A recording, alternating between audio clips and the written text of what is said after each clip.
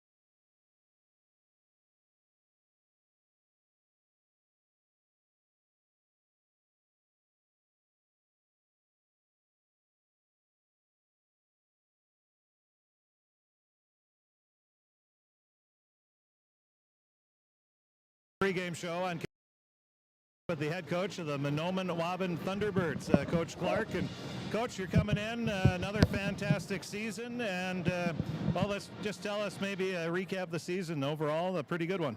Yeah, I'm really pleased with how our new players, our inexperienced players, really grew throughout the season. I've seen big improvements from week 1 to week 3 to week 5, and you know, we had a little hiccup in week 8 where we didn't play very well, but thought we responded really well last Saturday and played a very, very strong game. So team has come together. They're playing with a lot of confidence and right where we want to be. And with your team, I was looking over your starters from last year in the tournament or in the postseason, and then I mean, you replaced a lot of guys. We did. We had a really strong senior class last year, and a few of those were just absolute studs. So it's a fun. It's fun as a coach when you got to mix and match, and it took us a while to find our best 11 on defense, especially, and that's where we've seen the biggest improvement. You know, and we'll run 5 at least, probably running backs tonight will carry the ball, plus our quarterback will run it. So 6 kids are going to carry it, and hopefully a couple catch it, and so it's fun. I mean, it's a good team. How important is it to have that depth, especially in the specialty spot? Well, it's just, you know, that competition, that's how you get better. You know, if you're given a spot, you don't have to work for it, you're not going to get better. And if you're fighting with somebody every day, and, you know, that's how you get better. And then, in this indoor atmosphere tonight, cycling kids in, I think, will really help us, because our win should be up in that position anyway. One area that it seems like you guys always dominate is the offensive and defensive line. Has that been the same again this year? That's what we hang our hat on, is our offense and defensive lines, and they've done a great job. And, you know, that's what we do. Try to win that line of scrimmage, run the ball, stop the run, figure out what happens after that. You get ready to take on Red Lake County, a team that you beat by 2 earlier this season, and that must have been a heck of a game. It was an absolute dogfight. They really took it to us the first half. We were able to flip the script a little bit in the second half, and we kind of had them on their heels, but it was right down to the last play, and I would assume that tonight's game is going to be very similar. What did you take away from that, or what do you have to do this time that you weren't able to do last time against Red Lake County? Well, we got a little confused up front in some of our blocking schemes, and that's credit to them. So hopefully we're more prepared there, and we just need to tackle. Their backs are exceptional. They're big and they're fast, and you know, they break a lot of tackles, so we have to tackle extremely well. The health of your team, how are you doing there? A little nervous about that, Chris. We have a couple of starters that we'll see. Hopefully adrenaline will kick in, and I know they're tough kids, so they're going to try. So, but we need them at 100%. I don't think we'll have them there, but we'll play what we have. You've been doing this for how long as head coach now? I believe this is 22 years. Does it ever get old getting to the section tournament or championship? No, I'm more nervous today than I've been in my life, I think. It's just nerves and excitement, and then just to see the new kids that get to come in and they see this place for the first time, and it's, you know, the expressions. And we're actually going to let our little F troop, we call them our JV kids F troop, they get to scrimmage at halftime of the previous game, so they're going to have some fun too. Can you narrow it down to 2 or 3 keys for a Thunderbird victory today? Hang on to the football. We've had a little trouble with that lately. Win the line of scrimmage and tackle well. Coach, congratulations on getting back to the section championship, and best of luck. Thanks, Chris. And that is the head coach of the Mahnomen-Waubun Thunderbirds. They are looking to get back to the state tournament. Red Lake County, they're looking to get to the state tournament as well. A win here would send one of these 2 teams to, well, it would be Brainerd on Friday night, 7 p.m. Start. And if Red Lake County wins, of course, we would have that on KROX. We'll take a break. We'll be back. We'll hear from the head coach of the Red Lake County Rebels, Coach Remick. His pregame comments coming up next, right here on the Section 8A Championship football game coverage on KROX. Shopping for groceries is easier than ever with Hugo's Family Marketplace. To simplify life, Hugo's offers convenient online shopping with delivery or curbside pickup at GoHugos.com. Even better, shop on the go with the Hugo's Family Marketplace smartphone app. Download e-coupons, recipes, grocery lists, weekly ads, and place your grocery order right from your phone. Save time and save big with Hugo's Family Marketplace, your hometown grocer since 1939. You're gonna find more low prices, more great stuff when you go to Hugo's. At Crookston High School, we really have a lot going on. There isn't that much going on. Oh yeah? We have softball, baseball, track and field, soccer, swimming, tennis, golf, volleyball, trap shooting, hockey, basketball, wrestling. So we have a lot of sports. And there is orchestra, band, choir, visual arts, speech, theater, Leo Club. And Crookston is one of the highest academic schools in the region. Really? Yeah, really, especially in math and science. I guess we do have a lot of going on. Yeah, and that's why Crookston High School is my education destination. Welcome to Andy Ullman State Farm. We're located on 423 North Broadway, next to Holiday in Crookston, Minnesota. Third generation agent with State Farm. We've got a team here with over 75 years of experience, 6 of us fully licensed, here to serve you. We know insurance is about a promise, and we're here from the beginning to throughout the whole process to deliver on that promise. Nobody likes to wait on hold, and neither do we. Give our office a call where a cheerful voice is ready to help you right away. Call 218-281-3643. The Crookston Eye Clinic is your hometown eye clinic. Whether you have cataracts, glaucoma, macular degeneration, or perfect vision, it is important to have your eyes evaluated to keep them healthy. The Crookston Eye Clinic is open Monday through Friday from 8:30 a.m. to 5 p.m., but on Thursdays they open at 9:15 a.m. They also have a second location in Fosston to offer you even more appointment options. If you've been wanting to try contact lenses or looking for a new pair of glasses, the doctors at Crookston Eye Clinic are available to see you. Doctors Forget Smith and Jananetta are all accepting new patients. Call 218-281-2020 for the Crookston and Fosston Eye Clinic, the best care in sight.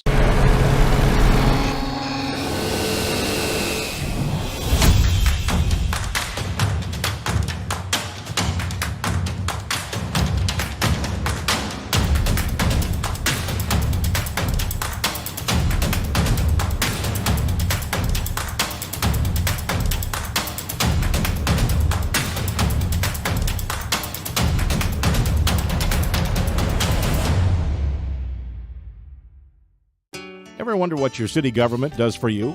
They provide police and fire protection, emergency and disaster preparation, building code and zoning enforcement, street repair, cleaning and snow plowing, curbside garbage and recycling collection, plus spring and fall cleanup weeks. They deliver safe drinking water and maintain a wastewater system. They care for 22 parks and provide year-round recreation activities. They give loans for economic development and housing.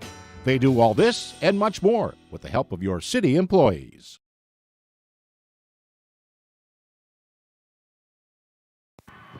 We continue the Riverview Health pregame show on KROX as we talk with the head coach of the Red Lake County Rebels, Coach Remick. And Coach, coming in, obviously off a pretty impressive performance against Adabor up west, and you must have played well.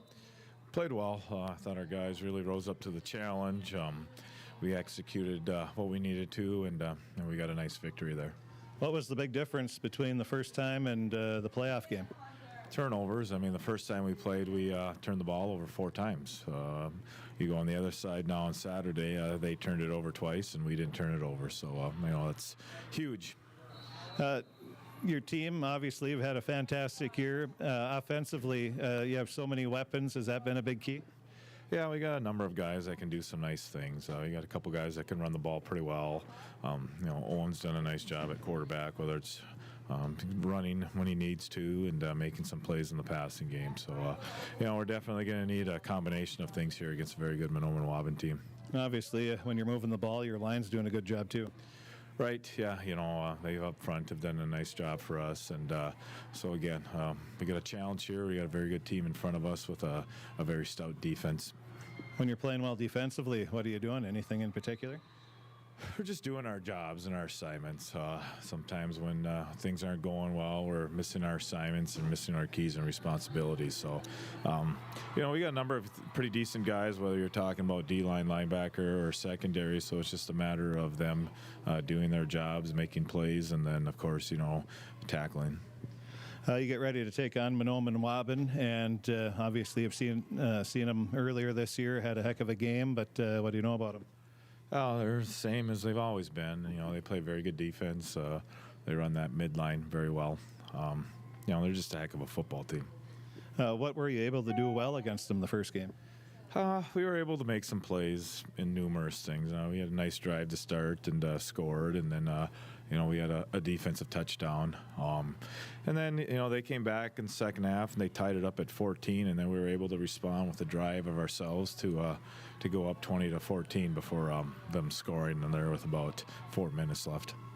And the difference was that 2-point conversion. I'm sure the guys are ready. And how big is it to know that you guys could have just as easily have won that game? Yeah, I think for us it's a big confidence thing. So, it's going to be a tough game. They're very good and they're very well coached. They have some great depth. Obviously, their kids have been here many times before and further. So, it's a challenge for us, but hopefully our guys can come out and leave it all out there. How's the health of your team? We're sitting pretty good. We got a couple young kids still out, but some of our older key guys, we should be dressing everybody here tonight. Can you narrow it down to 2 or 3 keys for a Rebel victory tonight? We got to find a way to generate a little bit of offense, be able to score a few times here on that very good defense. I think field position could play a big role here, and then, of course, turnovers. Usually the team that turns it over more ends up, getting beat. So that's going to be no different here tonight. Coach, congratulations on getting here, and best of luck tonight. All right, sounds good. Thank you. And that is the head coach of the Red Lake County Rebels, Coach Brian Remick. We thank him for talking with us here in the Riverview Health pregame show. A quick look at our Draft Sports Bar and Grill scoreboard update. Draft Sports Bar and Grill, it's that time of year. We're getting ready for holiday parties and different things like that. Give them a call. They can cater. They also have carry-out at give them a call, 218-281-1183, and pick up your food to go. And don't forget gift cards this holiday season from Draft Sports Bar and Grill in Crookston. The scores that we have so far today, as you heard earlier here on the KROX radio and KROX live stream, it was Fertile Beltrami beating Black Duck 46-14. Fertile Beltrami 10-0. They advanced to the state tournament for the second straight year, where they were runners-up last year. And then Kitson County Central in Section 8 9-man, they beat Goodrich Grigla 35-20. Those are the scores that we have so far. We'll take a break. We'll be back with the opening kickoff. That's going to be coming up right after this timeout on KROX. For all of your automotive service needs, call Christian Brothers Ford here in Crookston. We have a service team to handle all of your vehicle's needs. Does your vehicle pull to the right or left? Call and schedule an alignment today. Proper alignment saves gas and wear on your tires. We're here to take care of your vehicle repairs and maintenance. Call Christopher or Jersey in the service department at 281-1338. Make an appointment today with the service department at Christian Brothers Ford of Crookston, where we make it easy. Crookston Valley Cooperative would like to thank area growers for their patronage this year and wish you all a safe and prosperous harvest. Since 1979, Crookston Valley Cooperative has been your full-service local agronomy dealer, delivering on the products and service that you've come to expect. For all your fall fertilizer needs, stop by or call Sean at 281-1178. Crookston Valley Cooperative, here to keep you growing. This is my farm. Don't come out here and tell me what I need. I need solutions that work and market options that are worth my time. Small town support that sees the bigger picture. A global network that empowers us. A co-op that's there for us every day. This is Judy Hulst, Administrator at Villa St. Vincent and the Summit Apartments. Over the years, we have seized the opportunity to make changes and improve the services we offer. Healthcare has taken on a very distinct evolution, focusing on post-acute short stay and return to home. It is our privilege to continue to serve our community with a continuum of care ranging from assisted living, memory care, post-acute short stay, and extended care. We are so grateful for the support of Crookston and the surrounding communities. In this season of reflection, please know how very proud Villa St. Vincent and the Summit Apartments are to serve our community. From early morning to the last thing before bed, light powers your day. And every time you turn on a light, it's a chance to save. Choose LED bulbs. You'll use 75% less energy, and because they last so long, you may never have to change them again. Whether it's bright light for the bathroom or a soft, warm touch in the family room, LEDs do it all. See how Otter Tail Power Company can help you save at otpco.com/LED. LED lighting, the smart way to light your life.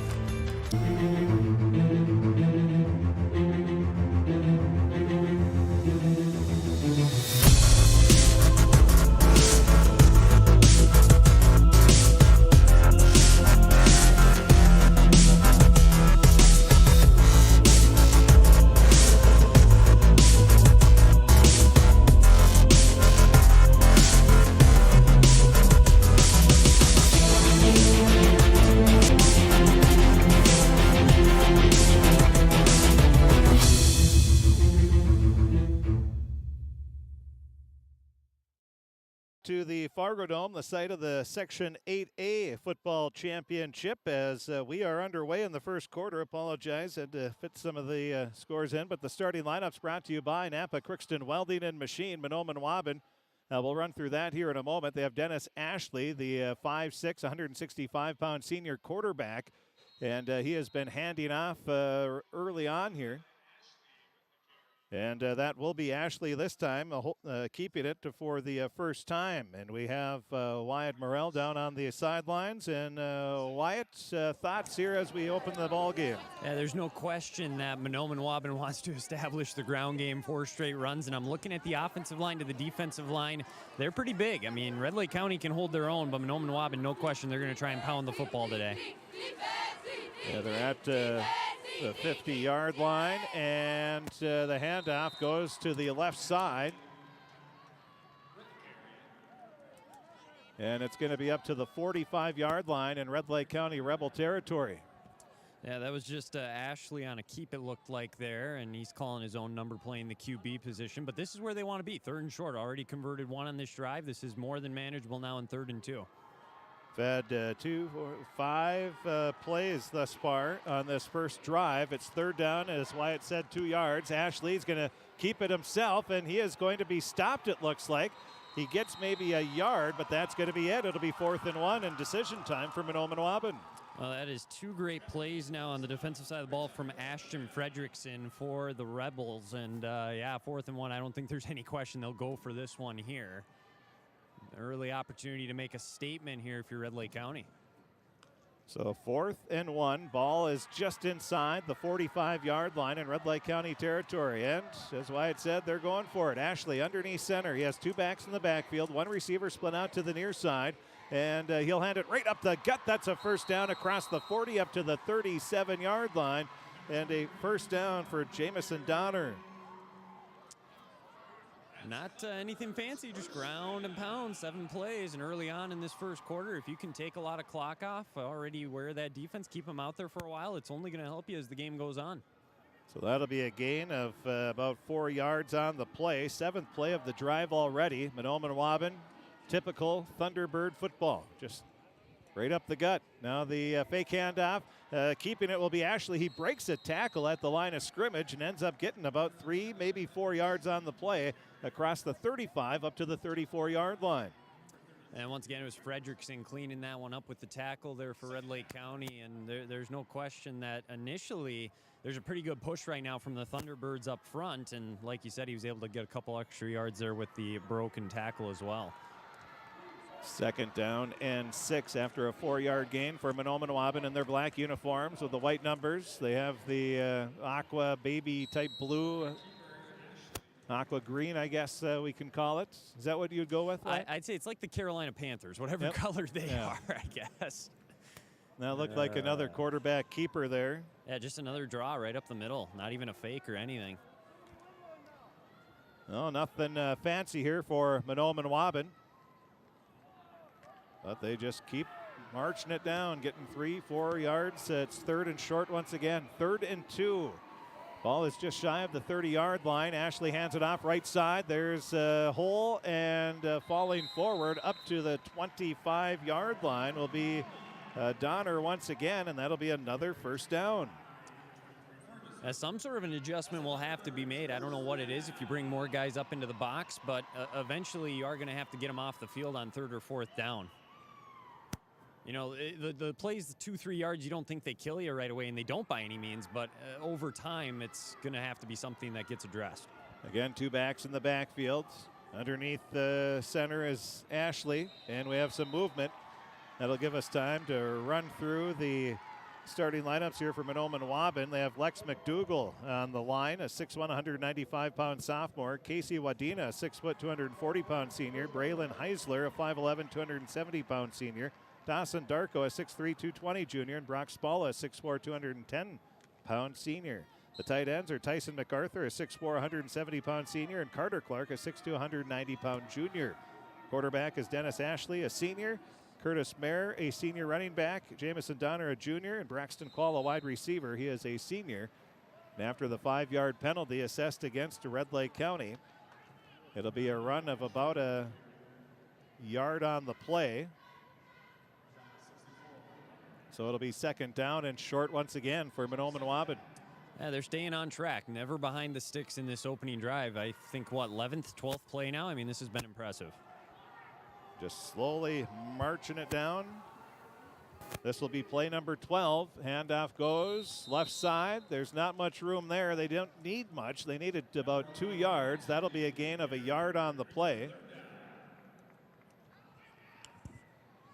And it'll be third down. Again, 3rd and 1. Would be shocked if we don't see another QB draw or just something straight in between the hashes here, especially as you get closer to the end zone like this. Ashley, he has 180 carries for 969 yards and 12 touchdowns. That's on the ground. Now another first down for Mahnomen-Waubun. And I think they've run the same 3 plays. Ashley just with the quarterback keeper. That's a gain of about 4 on the play. And another first down, the 5th of this drive already. 5:32 remaining. Gobbling up the clock is Mahnomen-Waubun. Well, the good news is you've been so far, but don't break. If you're Red Lake County now, you can still hold them off the scoreboard here. 1st and 10 at the Red Lake County 14. Handoff right side again. Inside the 10 down to the 9. That's going to be a gain of 5 more yards on a first down play. Get a couple of bigger guys in there right now for Red Lake County. Try and stop the run. Is coming onto the field here. You got number 76, Hunter Dudica, number 78, Guy Bergerson. Play right up front there in the middle.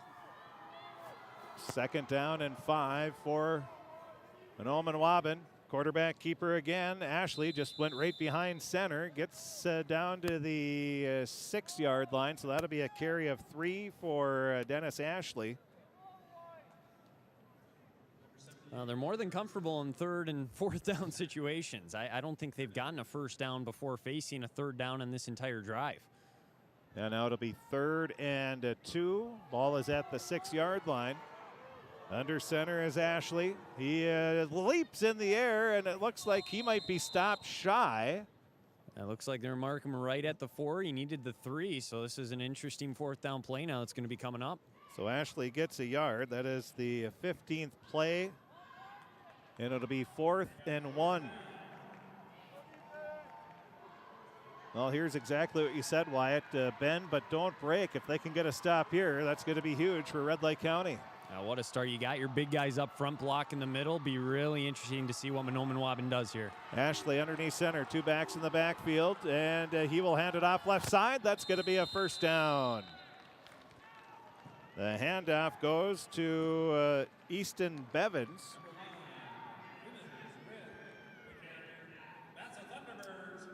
So Bivens with a 3-yard gain down to the 1-yard line. And that is the 6th first down of this drive. This is the 17th play of the drive. It'll be Ashley under center. He hands it off left side. In for the touchdown is Mahnomen-Waubun. What an impressive drive to make a statement to start it out here as the handoff goes to, was that Tyson MacArthur? It was number 1. Oh, so it was Bevins. Okay. So nothing fancy the entire drive. Red Lake County just could not stop the run up the middle. Basically all dive plays the whole drive. So with 3:17 remaining in the first quarter of play, it was Bevins going in for the touchdown. Now they're going to go for 2. Handoff right side, and for the 2-point conversion is Jamison Donner, the 5'10", 185-pound junior. In a drive that took 8 minutes, 43 seconds, a 17-play drive that went 65 yards. So a 17-play, 65-yard drive capped by a 3-yard touchdown for Bevins. And Mahnomen-Waubun has the lead by a score of 8-0. We'll take a break. We'll be back right after this 30-second timeout.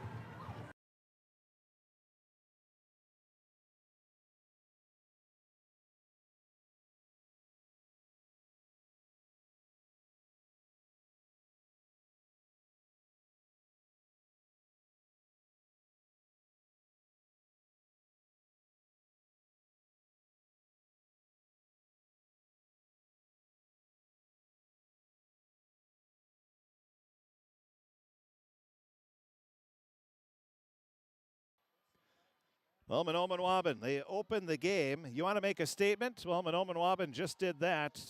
17 plays, 65-yard drive that took 8 minutes and 43 seconds.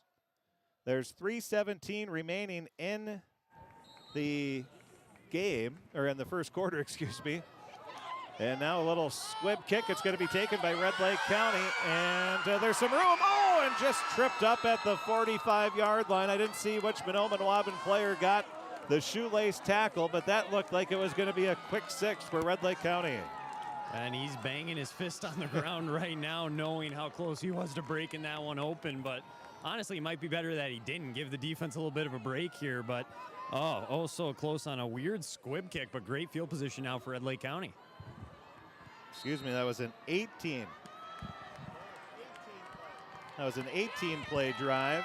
And now it's Red Lake County looking to answer. They're going to have the ball at their own 48-yard line. So great field position with 3:13 remaining in this first quarter. First time they touched the ball offensively. Pass over the middle. Receivers there, but overshooting the intended receiver is Owen Scherfstedt. He had his man, but too far out in front, and it'll be an incomplete pass. It'll be 2nd down and 10. It was a clean pocket for him, had the time, just didn't quite connect on the throw. I love the aggressiveness, though, coming out, throwing right away on first down, showing Mahnomen-Waubun we can do both. We're not going to be one-dimensional today. Yeah, Scherfstedt, a 6-foot, 165-pound sophomore. He's run for 240 yards and 6 touchdowns. He's passed for 494 yards, 7 touchdowns, and has thrown 3 interceptions. Now to be Scherfstedt, he's going to hand off to the second back through. That's Damon Ferguson. He's stretched out to the far sideline, and he's going to lose 1 yard on the play. So Ferguson, the 5'10", 180-pound senior coming into the game, 141 carries for 1,163 yards and 15 touchdowns, is hit for a loss of 1. Also in the backfield, you'll have Brock Seeger, a 5'11", 180-pound sophomore.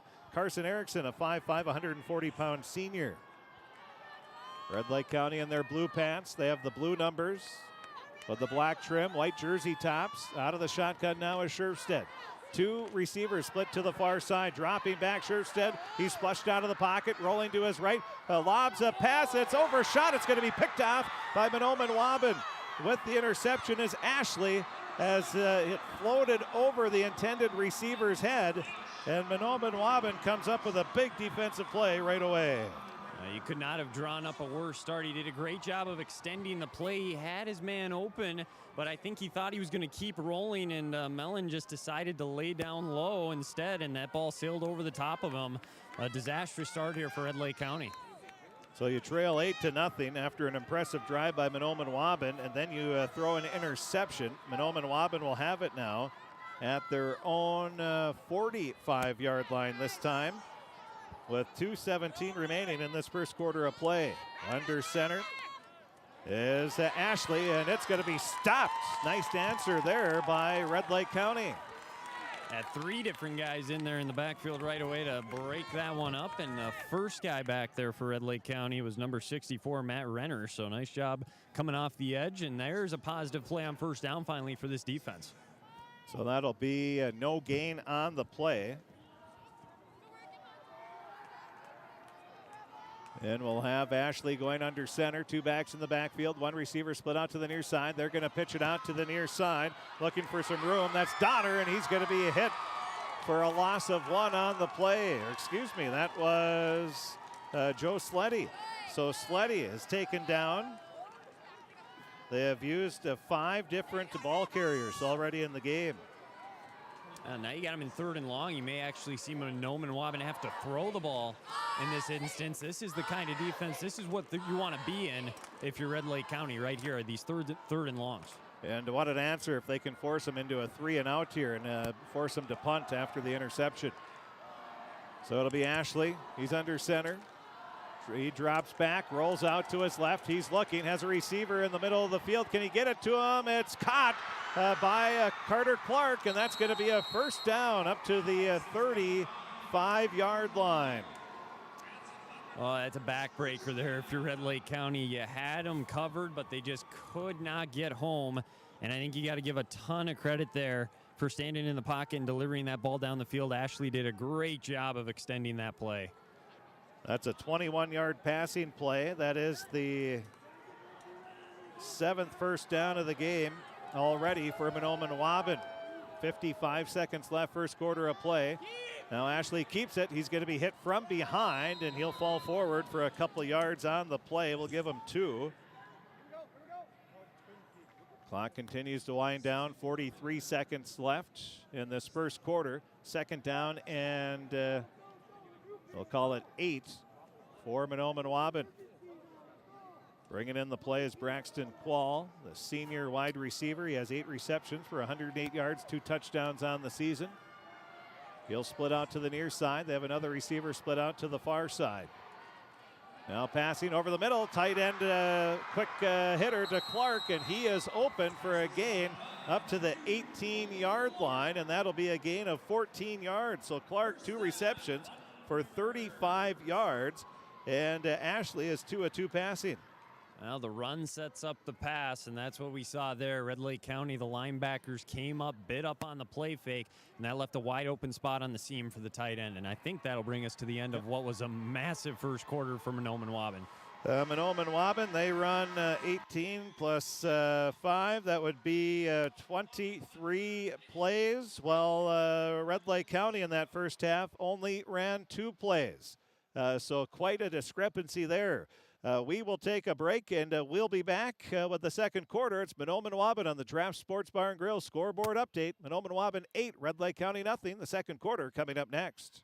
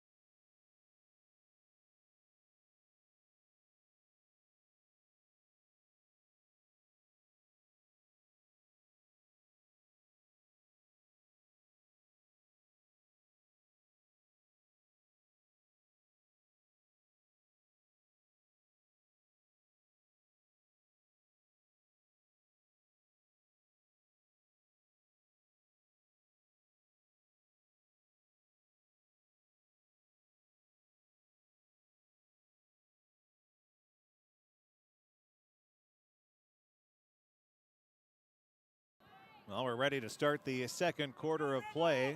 But again, Mahnomen-Waubun, they had 23 plays, offensive plays to Red Lake County's 2 in that first quarter of play. Red Lake County hoping to flip the script here in the second quarter. But Mahnomen-Waubun has it as they're looking to punch another one in. Ashley under center, hands it off left side. That's over to Bevins. And he will get a gain of about 4 or 5 yards again. So it seems like every time we'll add on first down, Mahnomen-Waubun getting big chunks of yardage. Yeah, outside of one exception where it was a gain of nothing, I've counted 3, 4, 5 yards every single time on first down. It's just remarkable what this offensive line is doing. And it seems like when Mahnomen-Waubun gets to the Fargodome, they're a completely different animal. Handoff goes right side. And that went to Donner, and he is hit as he hits the 10-yard line. But that'll be a gain of about 3 more yards. And he's going to bring up a 3rd and 2 by the looks of it. Again, bend but don't break. As bad as a start as this has been, the Rebels could really flip the momentum back in their favor with a stop here. Ball is at the 10-yard line. They need to get to the 8, so we'll call it 3rd and 2. Ashley under center. And Red Lake County, did they jump? Crossed. And sure looked like it. Yep, encroachment penalty. That'll be the second penalty against Red Lake County. That's 2 penalties for 10 yards. And it'll be a first down. Yeah, both of them encroachment calls. And when an offense is carving you up on the ground like this, that's the last thing you can do is give them free yards. First and goal from the 5-yard line for Mahnomen-Waubun in the second quarter. Ashley, he hands it off to Bevins. He is hit right at the 4-yard line. He falls forward up to the 3. That's going to be a gain of 2 on the play for Bevins. He has 4 carries, 13 yards. That might be the most impressive part of this, is how many different guys have touched the ball, and they're all running it effectively. Somebody's got to step up and make a play for this Rebels defense. And give credit to this Mahnomen-Waubun offensive line. They have dominated early on here. Nothing huge, but just getting the job done. And now it'll be Ashley trying to keep it, but he's going to be hit before he can dive in. He gets down to the 1 yard line, so that'll be a gain of 2 more yards. And it'll be 3rd and goal at the 1. Yeah, the big guys up front initially did a good job of breaking that one up, and then coming in and finishing it off was Damon Ferguson. Another 3rd and short situation. They've yet to stop him on these all game long.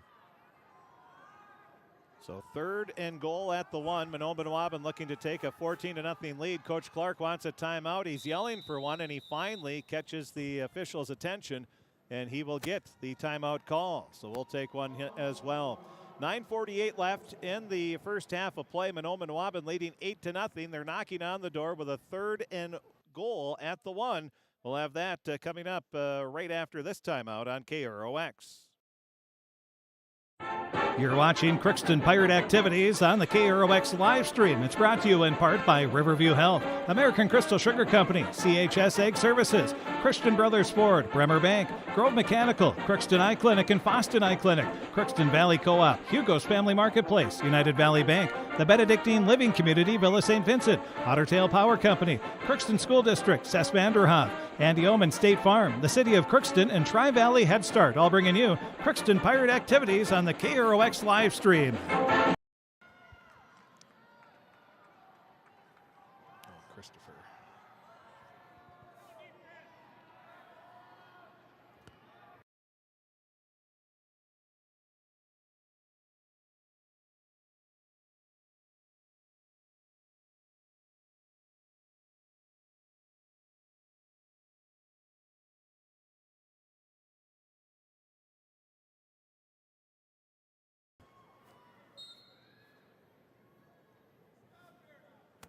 Well, the first play after the timeout, Ashley hands off to Curtis Marr, who gets his 5th rushing touchdown of the season. And it's a 14-0 lead on the 1 yard run. Now the handoff right side, going in for the 2-point conversion is Marr again.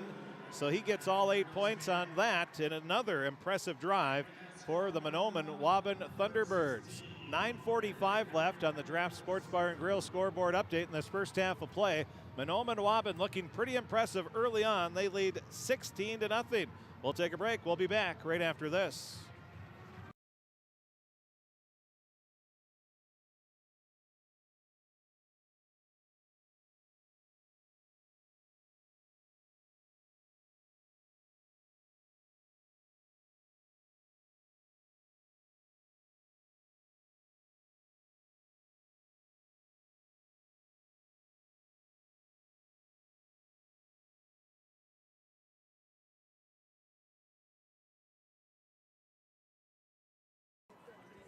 Mahnomen-Waubun, a storied high school football program.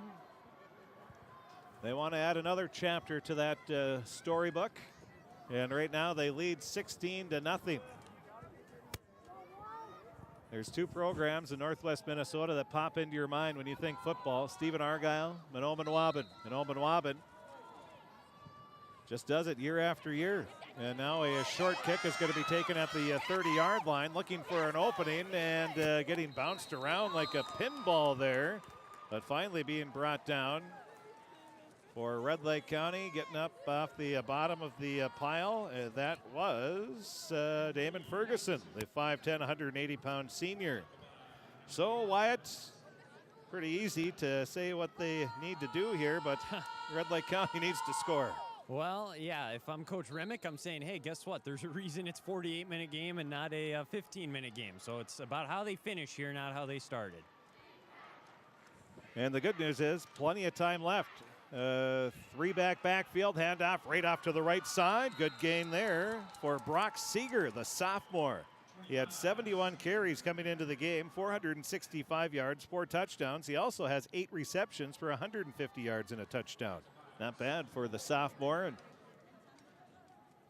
I know it's a small sample size because they've only ran 3 plays, but by far their best offensive push, at least up front so far today. So second down, and we'll call it 5. Long 5, we'll have to call it. And the handoff right side this time, but getting hit in the backfield, having no room at all, was Damon Ferguson. And that is going to be a loss of 2 yards on the play. And I know you had an interception last drive, but I think you got to put the ball back in your quarterback's hands here. 3rd and 8. The run game with Mahnomen-Waubun just doesn't seem to be working right now. See if he can make a play, extend this drive. You might have 2 plays to do it, too, honestly. This could be 4th down territory. So 3rd down and 8 for Red Lake County, going left to right as we look down at Gate City Bank Field. The Bison logo right in the middle. Speaking of storied programs, now the dropping back, Shervstead looks, he fires over the middle as a receiver there, and it's caught. Oh, they're going to say it's incomplete. They say it hit the turf. The pass was intended for Gerald Mellon, the 6'5", 190-pound senior, but it's incomplete, and it looks like Red Lake County is going to be forced to punt. Another 3 and out. Yeah, and I can confirm, I got a picture of it, the ball clearly on the ground, so that is an incompletion there. And yeah, now that it's 4th and 8 and they didn't gain anything, I would say you probably have to punt. Yeah, they're at the 46-yard line, their own 46. So if they don't punt, it wouldn't be a huge surprise, but I don't think you want to give Mahnomen-Waubun a shorter field than you possibly can. Now on to punt is Mellon. He has a 24.9-yard average on his punts this year, 10 of them. Now the punt taken at the 20-yard line. That's going to be returned by Ashley. He's tripped up at the 35-yard line. Nice diving play there by... I couldn't see from over here. Yeah, I think that is...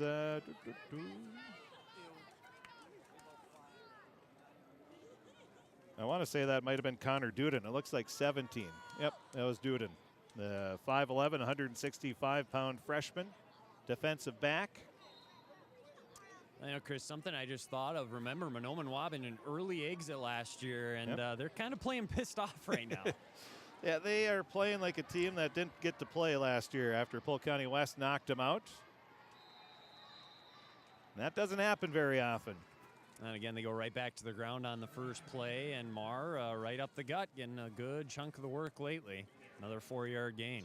Up to the 40-yard line, and yeah, it makes it easy when you get 3-4 yards on your first down play.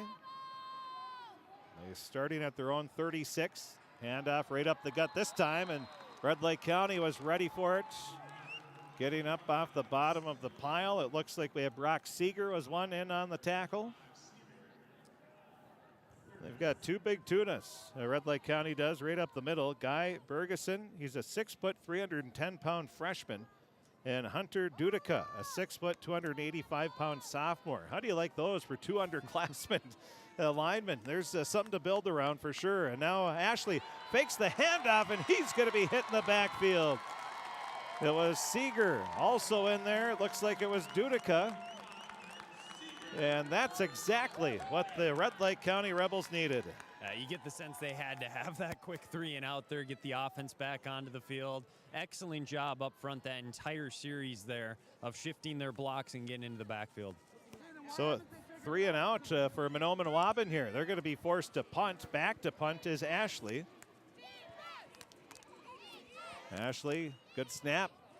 Left foot punt, hits at the 35, takes a side bounce, and fielding it for Mahnomen-Waubun will be Tanner Steck, and it's going to be down at the 36-yard line. That'll be a punt of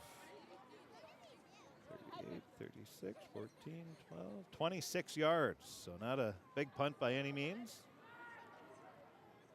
Well, let's get ahead of the chains here on first down if you're Red Lake County, and then see if you can get a drive starter, just a quick hitter or something.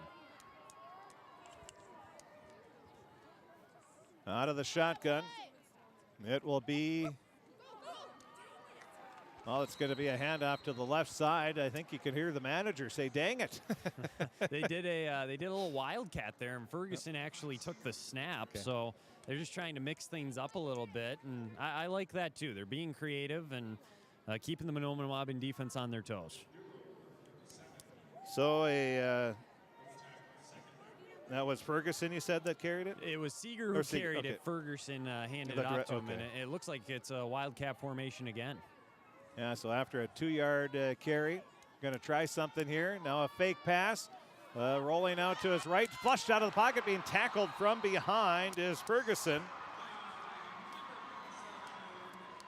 We got to call that a coverage sack because there was nobody open down the field. I don't blame Ferguson for that one. He just had nowhere to throw the ball. So that's going to be a loss of 7 yards on the play. So Ferguson, 3 carries for a loss of 4. And it's 3rd down and 15. Well, I said let's not get behind the sticks, and now we're behind the sticks. So got to get creative again here, and it looks like Ferguson's going to take the snap again. 5 minutes, 12 seconds left. First half of play. Mahnomen-Waubun leading 16-0. Out of the shotgun. Ferguson, he fakes the handoff, runs right up the gut. Oh, he had a hole. Now he spins off a tackler and gets about 3 yards on the play. It looked like he was going to be able to get more, but as Mahnomen-Waubun does, they close that gap very quickly. And it'll be 4th and about 11 for Red Lake County, and they're going to be forced to punt once again. Correct me if I'm wrong, Chris. Do they have a first down in this game? No, they've had 3 plays, and that 3rd play was an interception. Oh. They have a 3 and out, and now this one could be another 3 and out.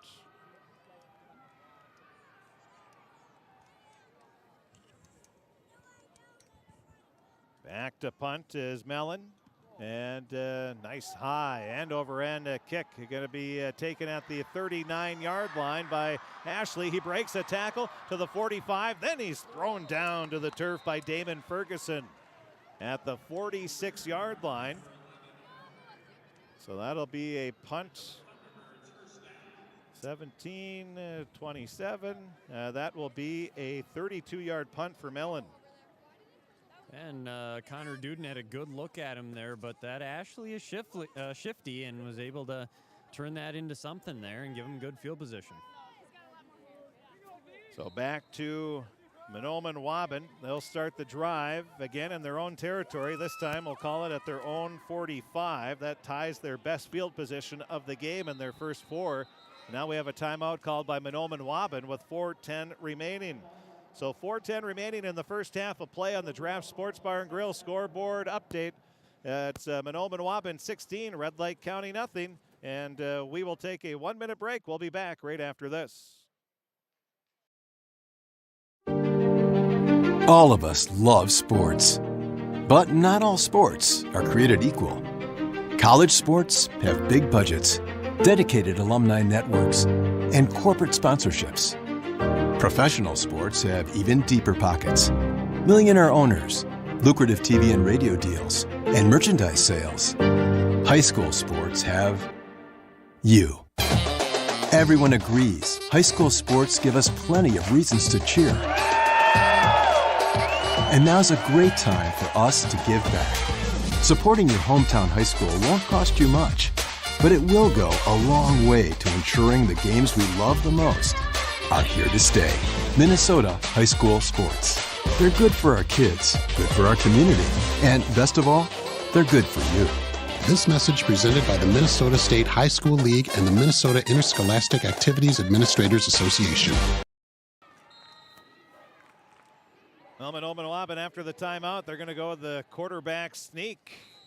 Not really a sneak, just a quarterback run for Dennis Ashley. Again, he's carried the ball 180 times. He is the leading ball carrier on the team for 969 yards, and that's one thing Mahnomen-Waubun they continue to do is just find outstanding quarterbacks that can run the ball.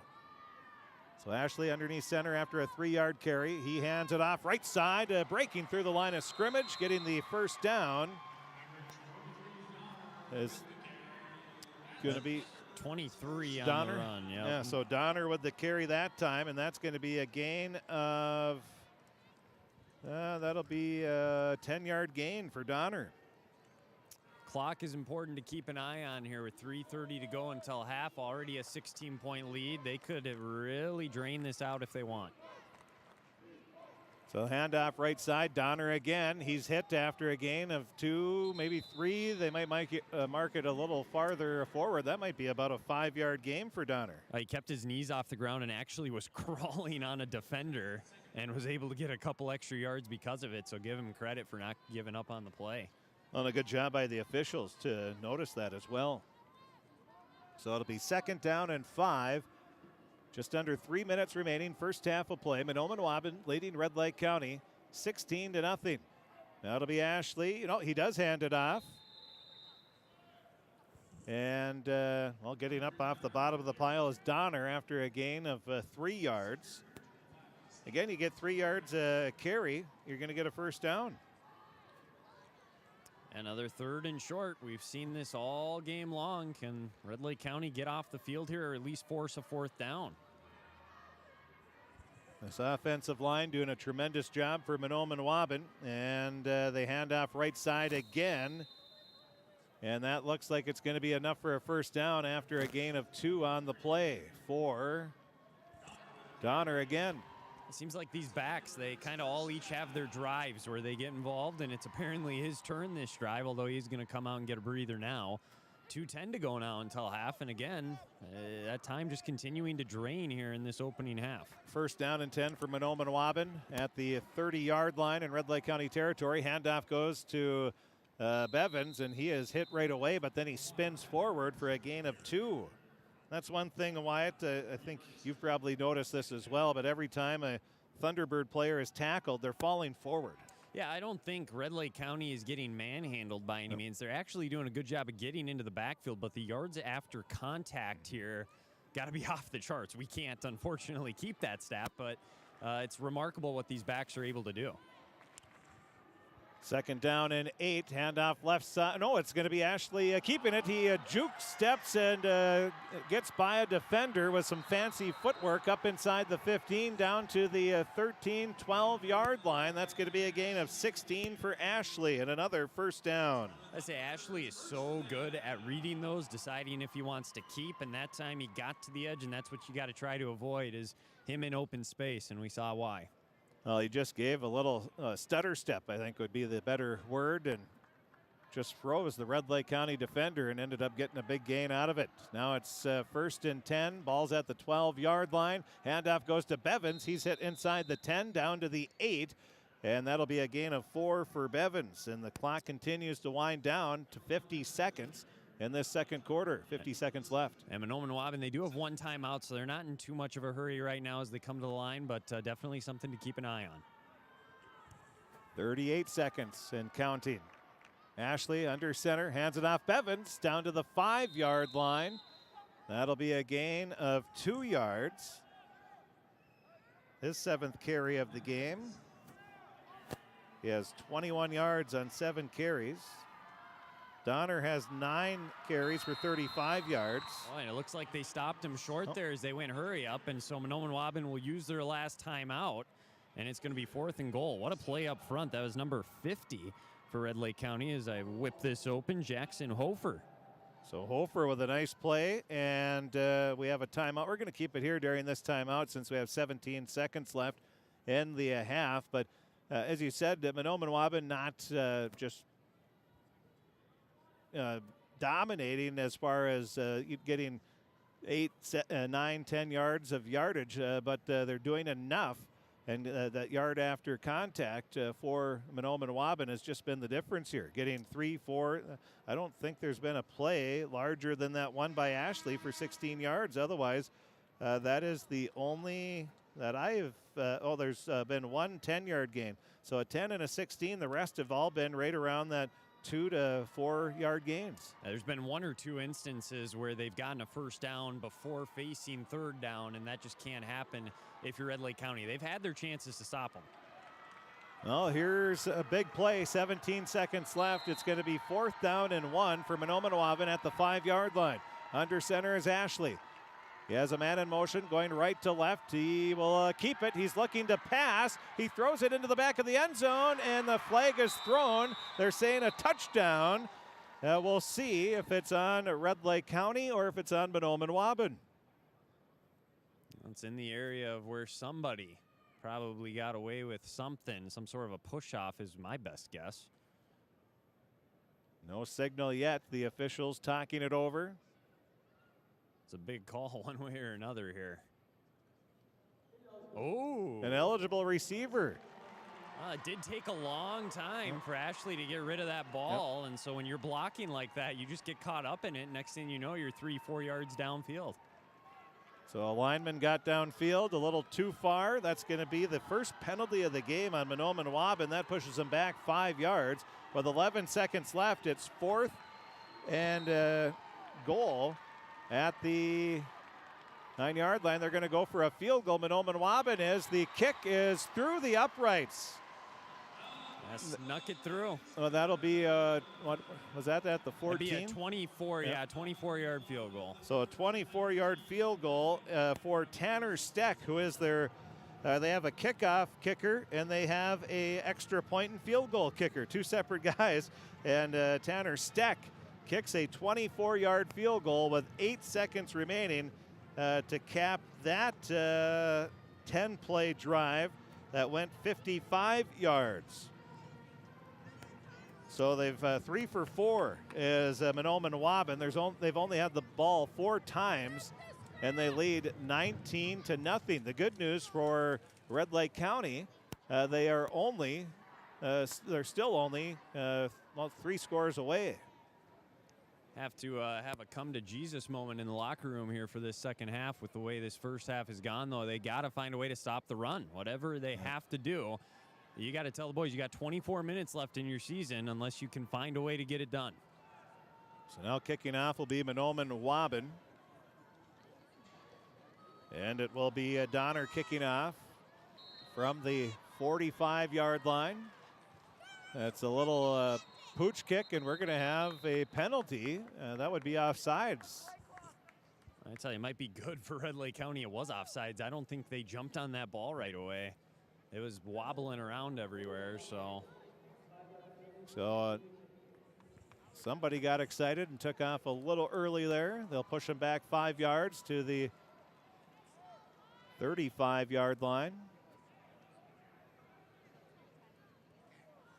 And if you're Red Lake County, if you got a chance to return it, get as much as you can, and then depending on where you're at, maybe get one last play here in the first half. 19-0 the score. 8 seconds remaining in this first half of play. We'll talk with Coach Brian Remick at halftime. And I can already tell you he's not going to be happy. Now the end-over-end kick. They're trying to get it into the corner, but it does go out of bounds. So Mahnomen-Waubun only 1 penalty, and now they have 2 penalties on the kickoff.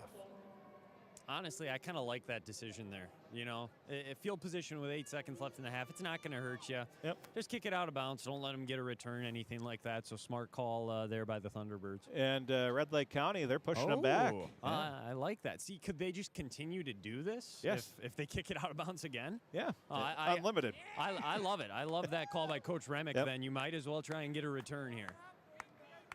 It's only a 5-yard penalty? I guess maybe if you enforce it, it's only 5, 15 if you 15 take again. it. Okay, yep. Must be the case, but I'll make the Thunderbirds at least kick it into play now, though. So I don't know if I've seen somebody actually take it before. Usually they just get it or make them kick it again. It hasn't happened in a while. So from their own 30 now, they're kicking off. This will be a little squibber. It's loose, and Mahnomen-Waubun recovers it. Are you kidding me? Well, now I don't like it as much. That backfired quickly, and man, I tell you what, just a weird kick again. That ball was hopping everywhere. I don't know what kind of spin he's putting on that, but he kicked it. It looked like on its side, so it was rolling. And then all of a sudden, just spun. It looked like it was going to go right to a Red Lake County player. Then it just spun straight off to the right, and there was nobody there, and it didn't go out of bounds. And, I think that play right there is a perfect recap of how the first half has gone for Red Lake County. So how far can you throw it now if you're Ashley becomes the question here. And Ashley comes in from the sideline, and he's going to get underneath center. And timeout coming here from Coach Remick. Good call there to just make sure they don't let anything over the top here. I would like to see Coach Remick's, if he has a smartwatch, how many steps he takes on the sidelines during a game. He paces back and forth, and it's fun watching the coaches in big games like this. Because no matter how many times you've been here, even Coach Clark in the pregame show, who's been here 100 times, well, not that many, but it seems like it, he said it's always exciting, and he goes, he's more nervous this year than he's been in the past. Just you have new kids, the experience is always exciting for them, and people don't coach because they don't like kids, and they love working with the kids, and they love to see good things happen to their players, especially the ones that have worked hard. And now we're going to have the horn here. I'm not 6 seconds left. Are they calling it? Well, that's weird. How does that happen? Huh. Well, a lot of interesting stuff there in the last 10 seconds of the half. Say, I think we'll get Coach Remick coming back from half since he's doing an interview now. That way just divide it up a little bit. Perfect. Sounds good. Well, again, the score here at halftime, Mahnomen-Waubun looking pretty impressive as they, no surprise there. The score is 19-0. Red Lake County has some work to do in the second half. We'll take a break. We'll be back. Take a look at the first half stats, our Draft Sports Bar and Grill scoreboard update. And after halftime, we will talk with Coach Brian Remick as well. That's all going to be coming up here in the halftime show. We'll take a break. We'll be back. The score at the half from the Fargodome. It's Mahnomen-Waubun 19, Red Lake County 0. We'll be back right after this. It's always growing season here at United Valley Bank. We're focused on growth for our customers and communities, success for farms and businesses, and improvement for ourselves. Partner with us, and you'll see firsthand just how much the right hometown banking team can change your perspective. Together, there's no limit to the heights we can reach. United Valley Bank, our roots make us stronger. Member FDIC, an equal housing lender. Harvest is more than the act of reaping what you've sown. It's the culmination of months of hard effort, along with a few weeks of working 24/7 to bring the crop in. At Sesvanderhof, we're continuously working to develop sugar beet varieties that thrive despite the pressures from disease and the challenges of nature, so that you can end each harvest on a high note. Because sharing the pride of success starts with sharing the passion to achieve it. Sesvanderhof, a passion that grows. Be ready this winter with Carhartt cold weather gear from Home of Economy. Carhartt clothing is engineered to outwork the cold, so you can get more done. It's never too cold for Carhartt. Find yours at Home of Economy. Visit the power tool experts at Home of Economy and see for yourself why so many pros choose Red. From the lumberyard to the backyard, Milwaukee Tools consistently deliver increased productivity and unmatched durability. Exceptional people, exceptional care. Riverview Health is pleased to welcome Dr. Vanita Parikh to their team. Dr. Parikh is an experienced interventional pain management physician specializing in effective treatment options to increase functionality and comfort for daily living. For appointments, call Riverview Clinic at 218-281-9595. Dr. Parikh is seeing patients in both the Crookston and East Grand Forks clinics. Riverview Health. With the fall season right around the corner, Grove Mechanical in Crookston is ready to prepare you for winter. They suggest having your heating system serviced regularly to keep things running smoothly. A skilled technician will clean and service your heating equipment to ensure safe and efficient operation. It's never too early to get ready for the upcoming winter season. Before the cold sets in, call Grove Mechanical today, your hometown heating and cooling professionals. Give them a call, 218-281-3863, or visit their website, grovemech.com. You can make a sweet life right here in the Red River Valley with a career at American Crystal Sugar Company. Our shift schedule offers 14 days off per month, which gives you time for family, friends, the great outdoors, and everything else you enjoy about small-town living. Entry-level positions are available, and pay starts around $18 per hour. Apply today at crystalsugar.com and share in our sweet success.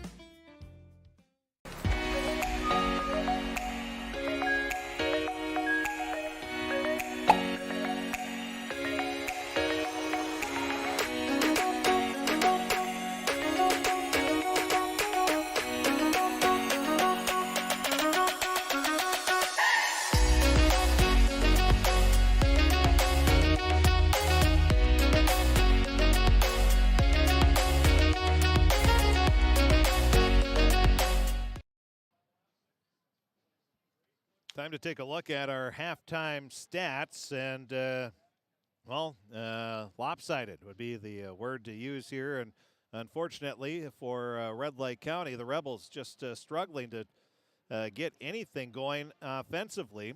Defensively, they haven't given up big plays by any means, but they just haven't been able to take advantage of any opportunities at all. As we take a look now at our first half stats, first for Red Lake County, Damon Ferguson had 4 carries for a loss of 1, and Brock Seeger had 2 carries for 7 yards. That is it. Only 6 rushing plays in the first half, and they have 6 yards. On the passing department, Scherfstedt is 0 for 2. And one of those was an interception. And so we have 6, 7. There's been 8 plays total in that first half. And that's where we stand. 6 yards total offense for Red Lake County. Again, they haven't been able to. They've only had 3 possessions, and they've had to punt twice and have had an interception once. For Mahnomen-Waubun, they are led by Dennis Ashley, the quarterback. He has 15 carries for 47 yards. Curtis Marr, 5 carries for 14 yards. Jamison Donner, 9 carries for 35 yards. Bevins has 7 for 21, and Sleddy has 1 for a loss of 1. That totals 116 rushing yards.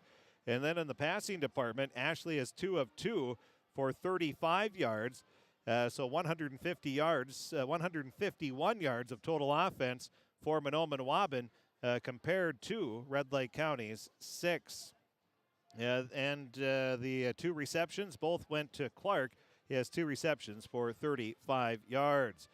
Taking a look at the first downs, we have for Mahnomen-Waubun 13, Red Lake County 0. Red Lake County has 2 penalties for 10 yards. Mahnomen-Waubun has 3 for 15.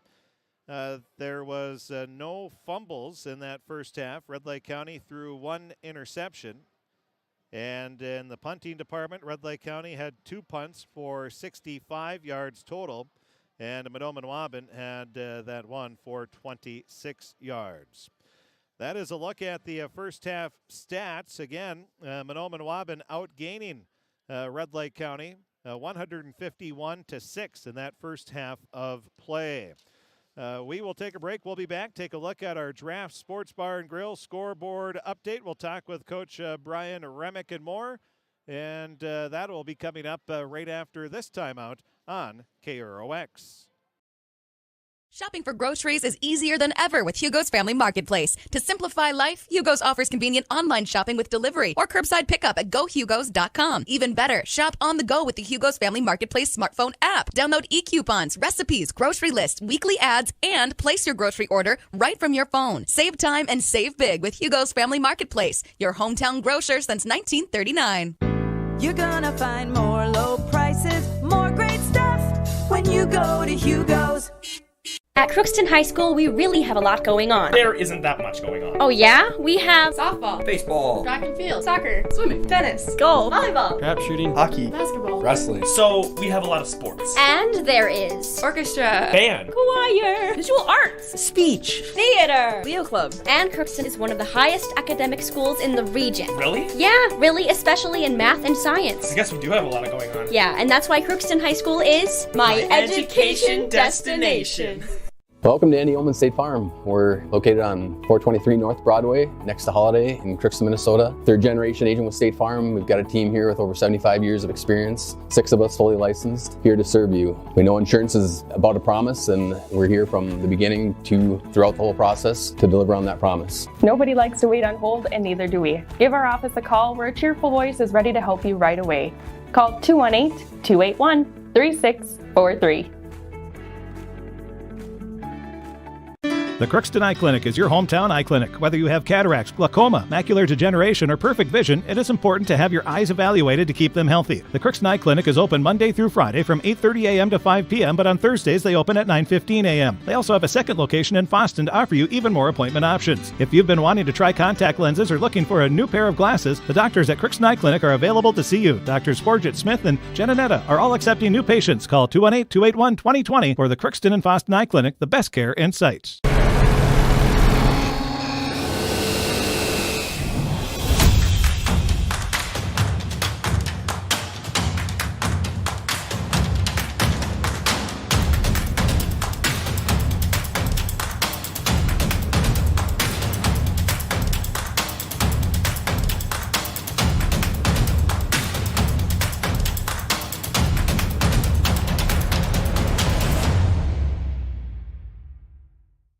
Ever wonder what your city government does for you? They provide police and fire protection, emergency and disaster preparation, building code and zoning enforcement, street repair, cleaning and snow plowing, curbside garbage and recycling collection, plus spring and fall cleanup weeks. They deliver safe drinking water and maintain a wastewater system. They care for 22 parks and provide year-round recreation activities. They give loans for economic development and housing. They do all this and much more with the help of your city employees.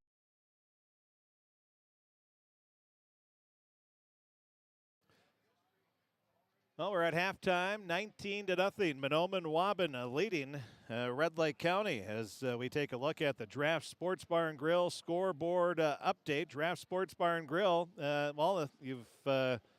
did see somebody with Christmas lights up already, and I salute them. I approve. Some of my family does, some of my family doesn't, and I leave mine up year round because I'm too lazy to go back up on the roof and take them down. Or smart, one of the two. But anyway, you've heard the holiday commercials already. I think it was the Halloween night. They were already running Christmas commercials, so we've just skipped Thanksgiving, which is fine with me. You're going right to Christmas, so there's no rest for the holidays. But anyway, you do know it's holiday season. That means you have office parties, you have family get-togethers, you have all of that fun stuff. And this holiday season, let Draft Sports Bar and Grill in Crookston help you out. You can buy a Drafts gift card. The gift card can be purchased in any amount, and they make a great gift. For holiday entertaining, Draft Sports Bar and Grill offers off-site catering. How does that sound? You don't have to do all that hard work. For all occasions, they have carry-out. You can give them a call, 218-281-1183. Pick up your food to go. You can order online as well. This holiday season, be sure to stop by and pick up gift cards at Draft Sports Bar and Grill in Crookston.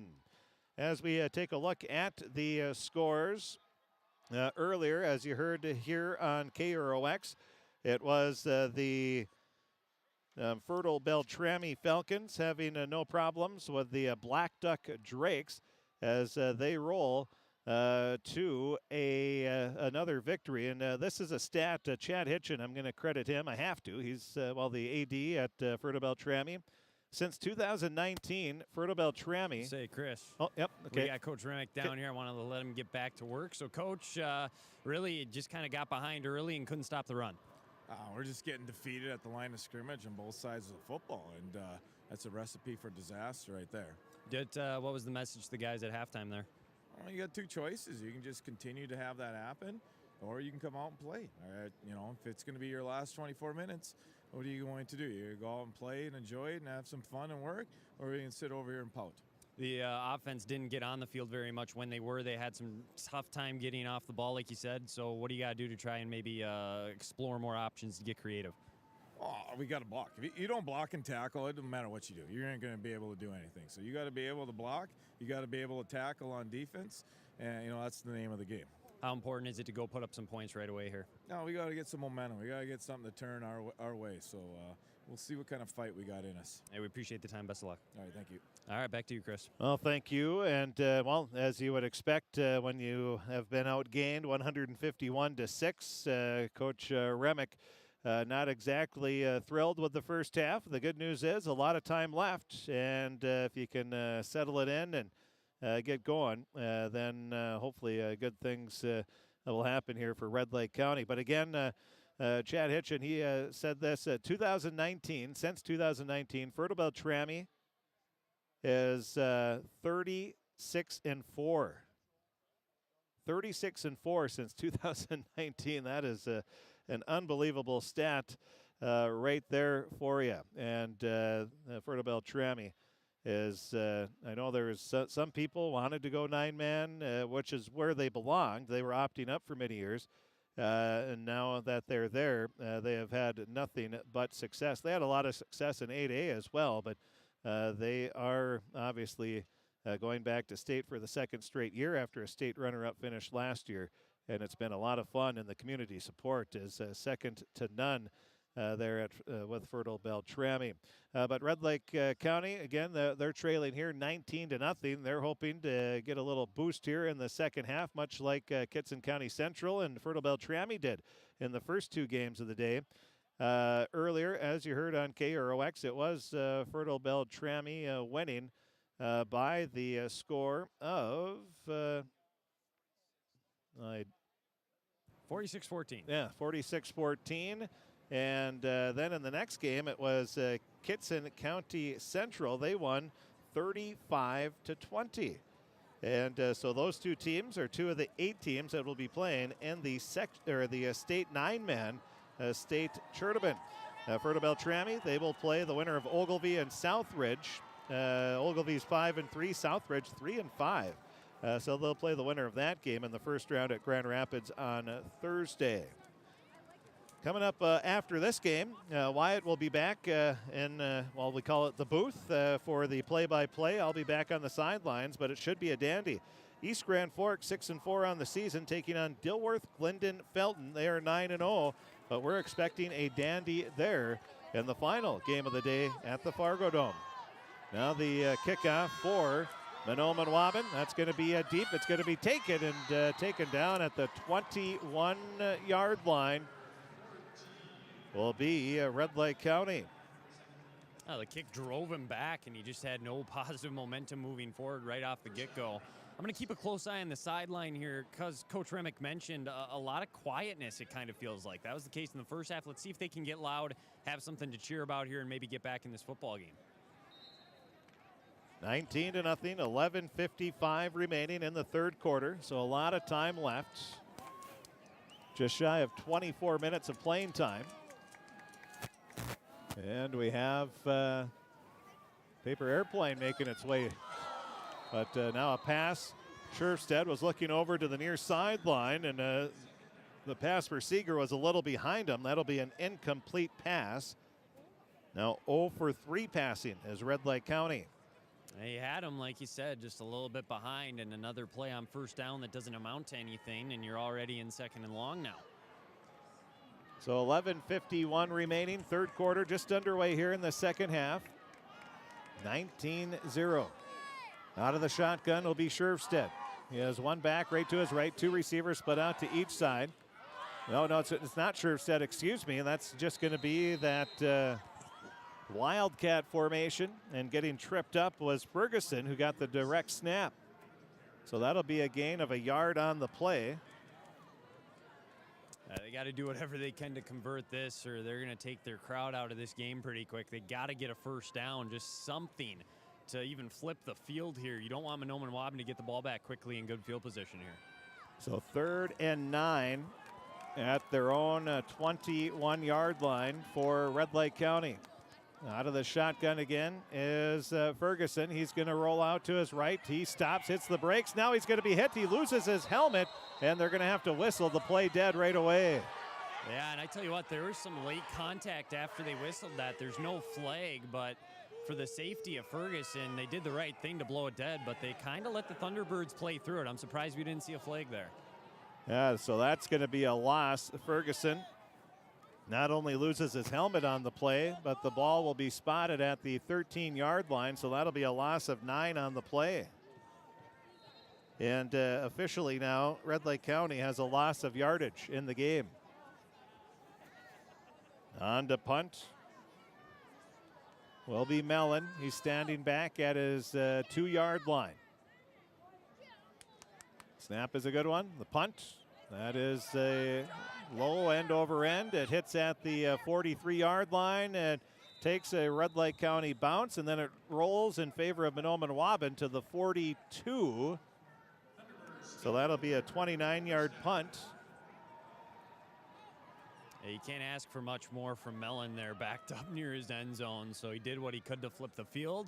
And now let's see if they can find a way to get a stop here with 10:38 to go. Trailing by 3 scores, Mahnomen-Waubun could really put the nail in the coffin almost here if they go score. So that is the third in a row, 3 and out. Then there was a 3-play interception drive. So they have not had more than 3 plays on a drive for Red Lake County. Mahnomen-Waubun will start this for the first time in the game in Red Lake County territory at the 43-yard line.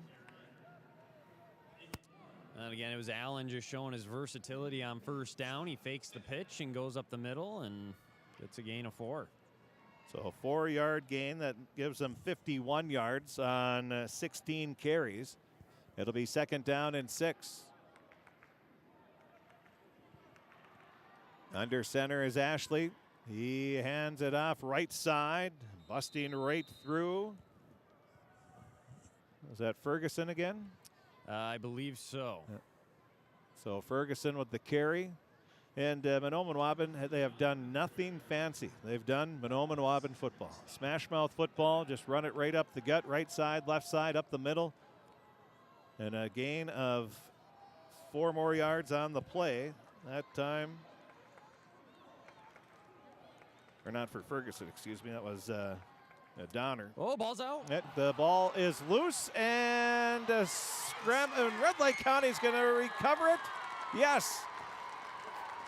Well, in the playoff game in the semifinals, Mahnomen-Waubun fumbled the ball twice. It was returned for touchdowns twice in the game. They've given up 6 touchdown fumble recoveries to the opponents, and now Red Lake County, hopefully this is the spark they needed. Did you see who recovered it, Wyatt? I believe it was Mellon who fell on that one, and or at least he handed the ball to the official. Sure. So, well, we'll go with Mellon recovering after about 3 or 4 players on each team had a shot. Now Red Lake County, is this the spark they needed to light the fire under them here with 9:25 remaining in this third quarter? They're starting with the ball at their own 46-yard line. Handoff. Right up the middle, getting some positive yardage close to the 50. They'll mark it just shy of the 50-yard line. That'll be a 3-yard carry. Oh, we saw it here today, in the second game. I mean, Goodrich-Greeley went up 14-0. Kitson County Central came all the way back to win the game. So it's not implausible that Red Lake County can't come from behind here. So that'll be a gain of 3 yards for Ferguson. He now has 7 carries for 6 yards. Under center, Scherfstedt hands it off right side. There's a little push again. Up past the 50, up to the 48-yard line. So that'll be a gain of 3 more yards on the play.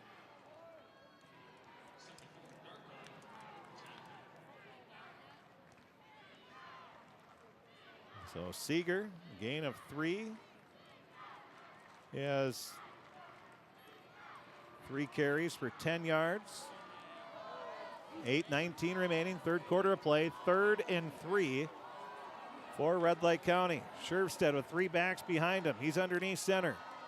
Crouches down, takes the snap, fakes the handoff, rolls to his right, fires over the middle as a receiver there, and hit as soon as the ball hit the hands of the intended receiver, and that was just a good, clean, vicious hit to break up the play. Wow.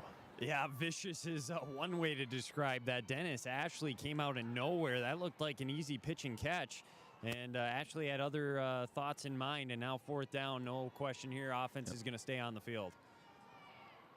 It was a great concept. You just run him in the flats there. He was open, but Ashley's closing speed too much on that one. And he just leveled the receiver. I believe that was Ferguson.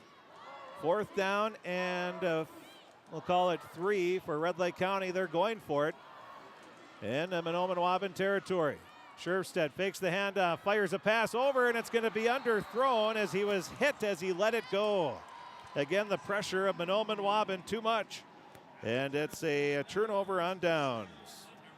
Yeah, you had it right, Chris. If he had just even half a second more to throw that football, that's a completion, and they move the sticks. So Mahnomen-Waubun, even when they make a mistake, that's what great teams do. They find a way to get the football right back. They don't flinch, and they really are going to make Red Lake County work for everything tonight. So 7:59 remaining, third quarter of play. And we will have Mahnomen-Waubun first down and 10 at their own 47-yard line. They'll get a gain of 1 on the play, running just off to the right side there. That was Donner on the carry for the Thunderbirds, just one of the many different Thunderbirds that have ran the football tonight. Staying fresh, wearing down this defense. So we have gain of 1. Now Mahnomen-Waubun right up the gut again. Oh, no, it's going to be, I thought it was a handoff. He faked it so well. Then Ashley follows his running back and gets a gain up to the 50. It looks like into Red Lake County territory. They're going to mark it all the way up to the 46. Wow. I tell you, I honestly think of all the quarterbacks I've seen this year, he's the best at those zone read options. He knows when to keep it, when to give it, and it's just been a nightmare for Rebels all day. So a 6-yard carry for Ashley. He has 10 yards in the last 2 carries, 57 yards in the game. Now it'll be run right up the middle again for Ashley, more so off the left side. He lowers his shoulder, gets across the 40 down to the 39, and a 7-yard carry for Ashley. 18 carries, 64 yards on the ground. Well, and I mentioned the sideline was quiet. It still is. They just haven't had anything to get excited about besides that fumble recovery, and that was short-lived, so it's just dead quiet over here. Yeah, tough situation. You trail 19-0. You really haven't been able to do much. Mahnomen-Waubun, well, they're Mahnomen-Waubun. Handoff left side. And another new back will be Belfi. That'll be the 6th ball carrier of the game. And he'll get a gain of 6 yards on the play. They're just interchangeable, honestly. You put one in, and as the Rebels got to get a late sub out there to get set here. Keeping it will be the quarterback,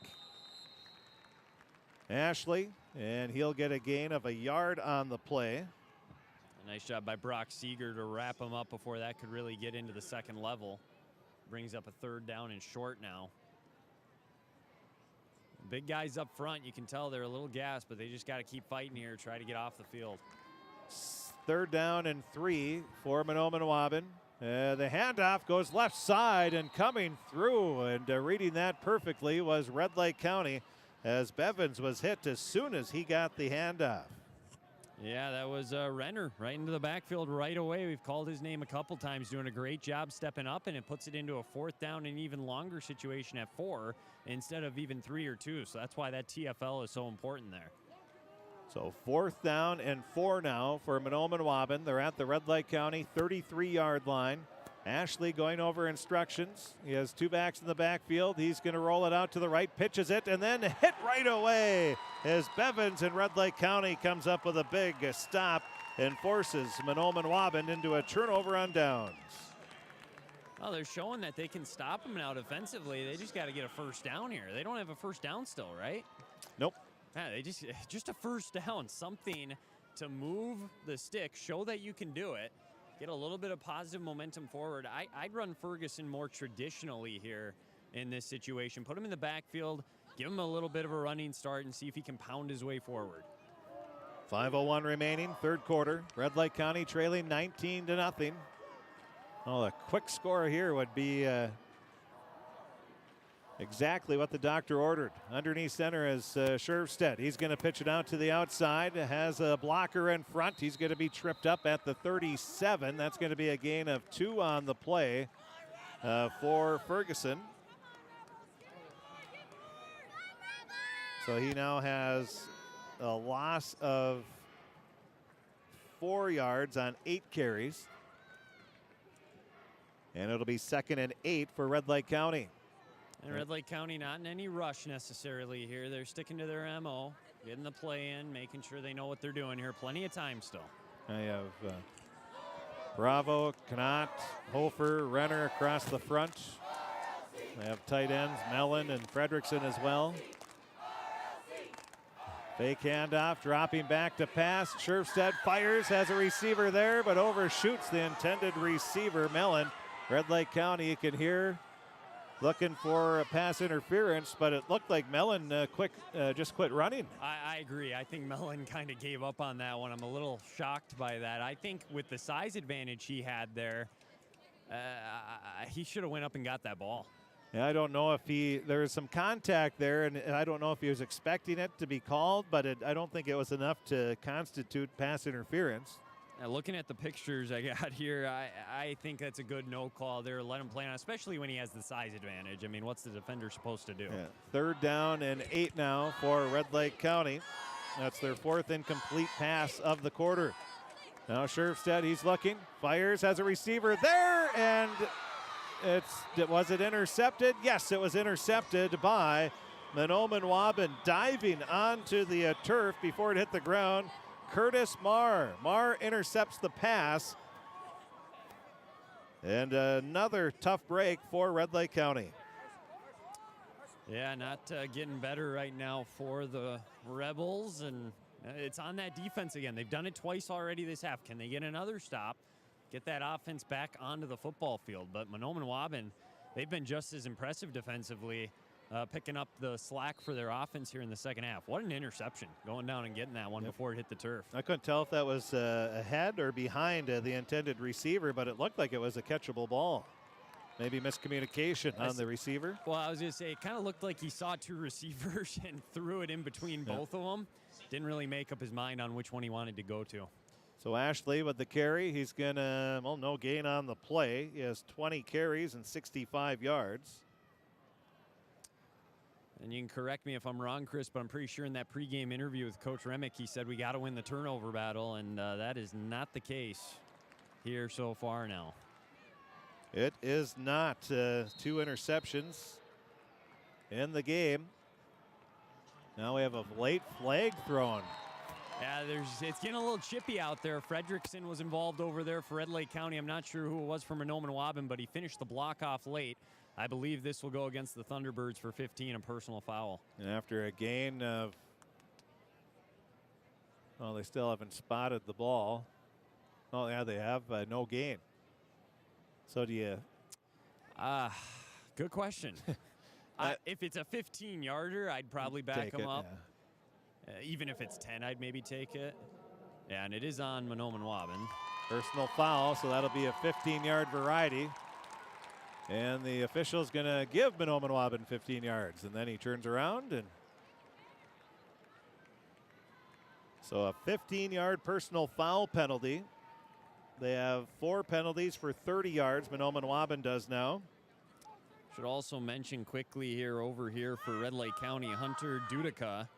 Looks like he's going through concussion testing at the moment on the sideline with the trainer. So I'll let you know if he gets back out there. But that would be another big body up front that they no longer have, which is a big blow. 3rd down and about 26 here for Mahnomen-Waubun.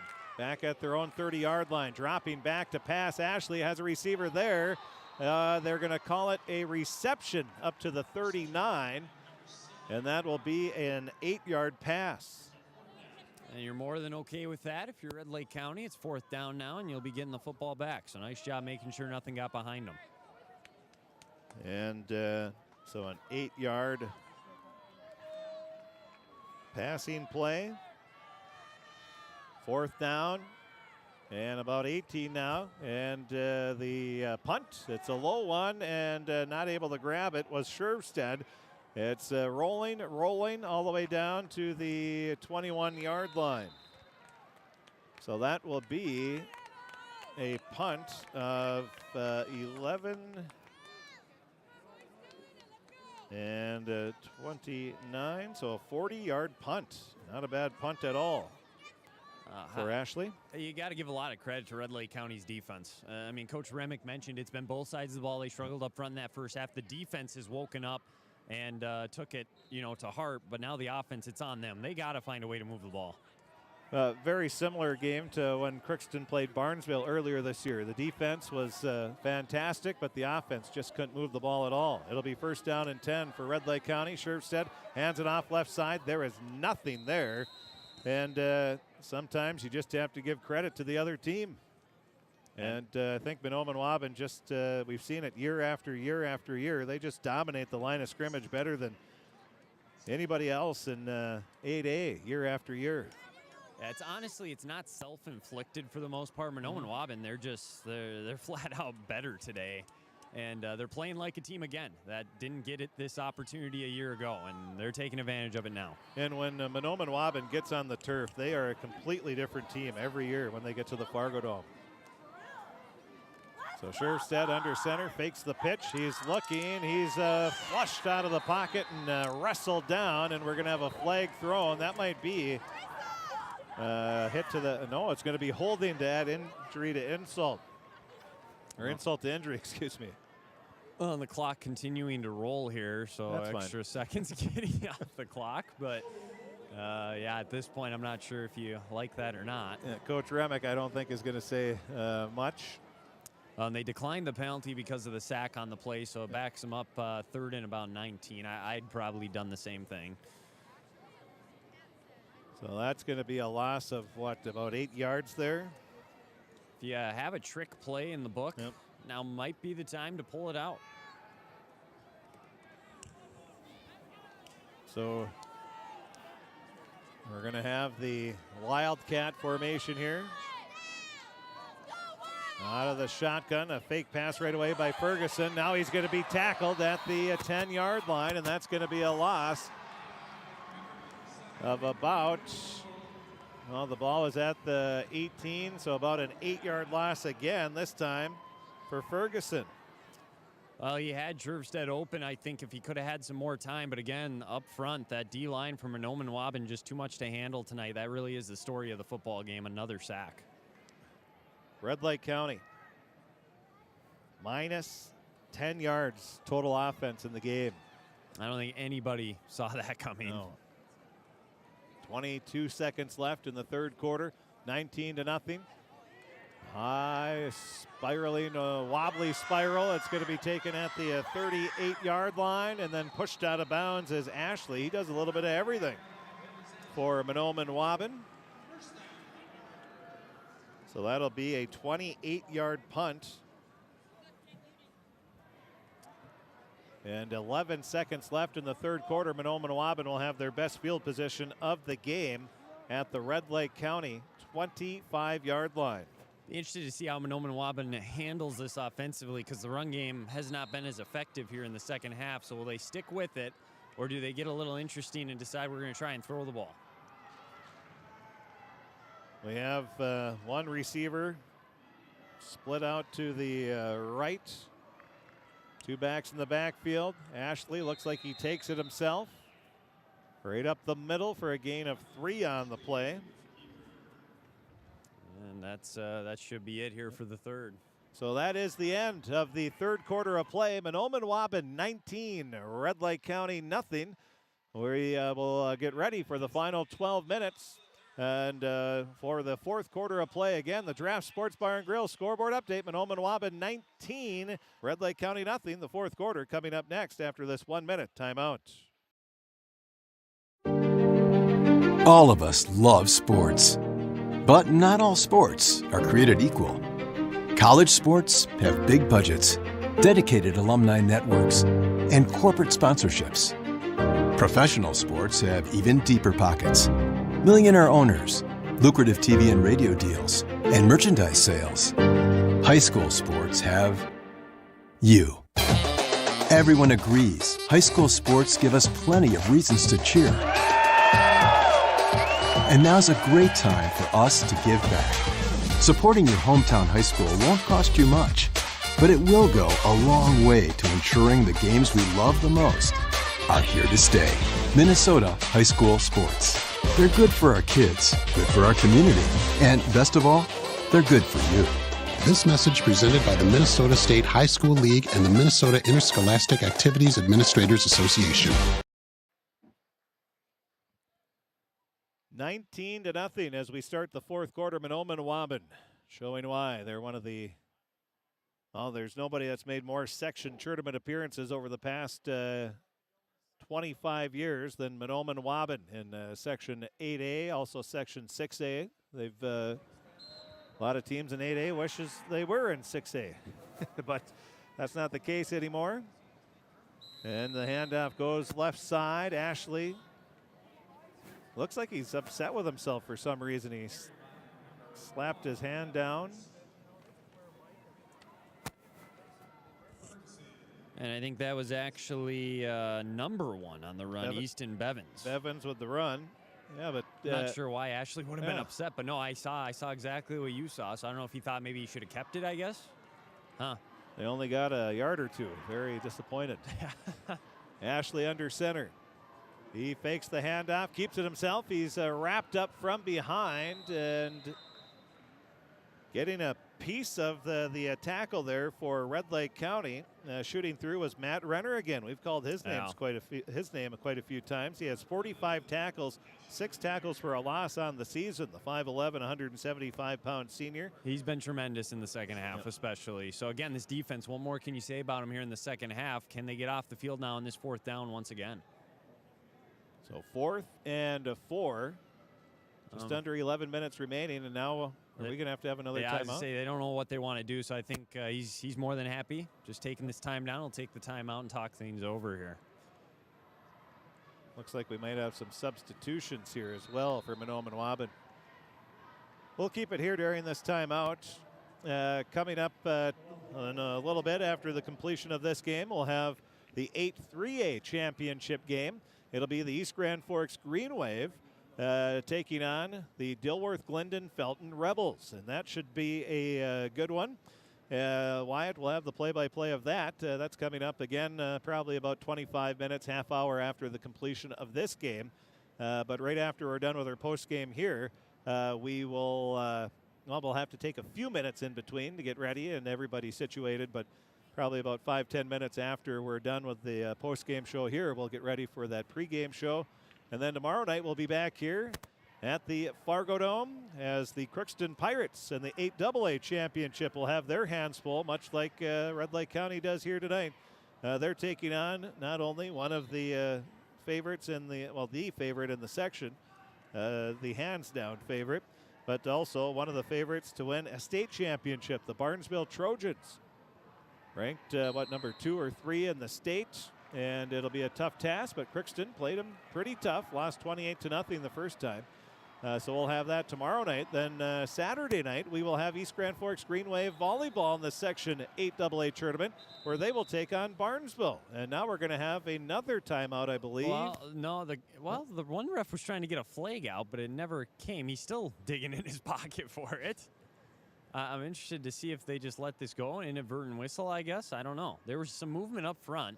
And they're going to push Mahnomen-Waubun back 5 yards. They are going to get the false start, I guess. Both teams moved, and it looks like Mahnomen-Waubun moved first. Okay. Now, if I was Coach Remick, being the smart aleck I am, I'd say I never saw a flag. Oh, not Coach Remick, but Coach Clark. Never saw a flag. Can't be a penalty. Yeah, I don't know. The ref must not have one or something. He's still digging in his pocket. I don't know what happened to his flag. Oh, goodness. Somebody stole it. So 10:37 remaining, possibly in the season for the Red Lake County Rebels. But what a season it's been. They are 7-2. They avenged the loss to Ada Borup, beat them in the semifinals. Now under center, dropping back to pass is Ashley for Mahnomen-Waubun on the 4th and 9. Throws a pass into the corner. It's incomplete. Backpedaling, trying to make the grab.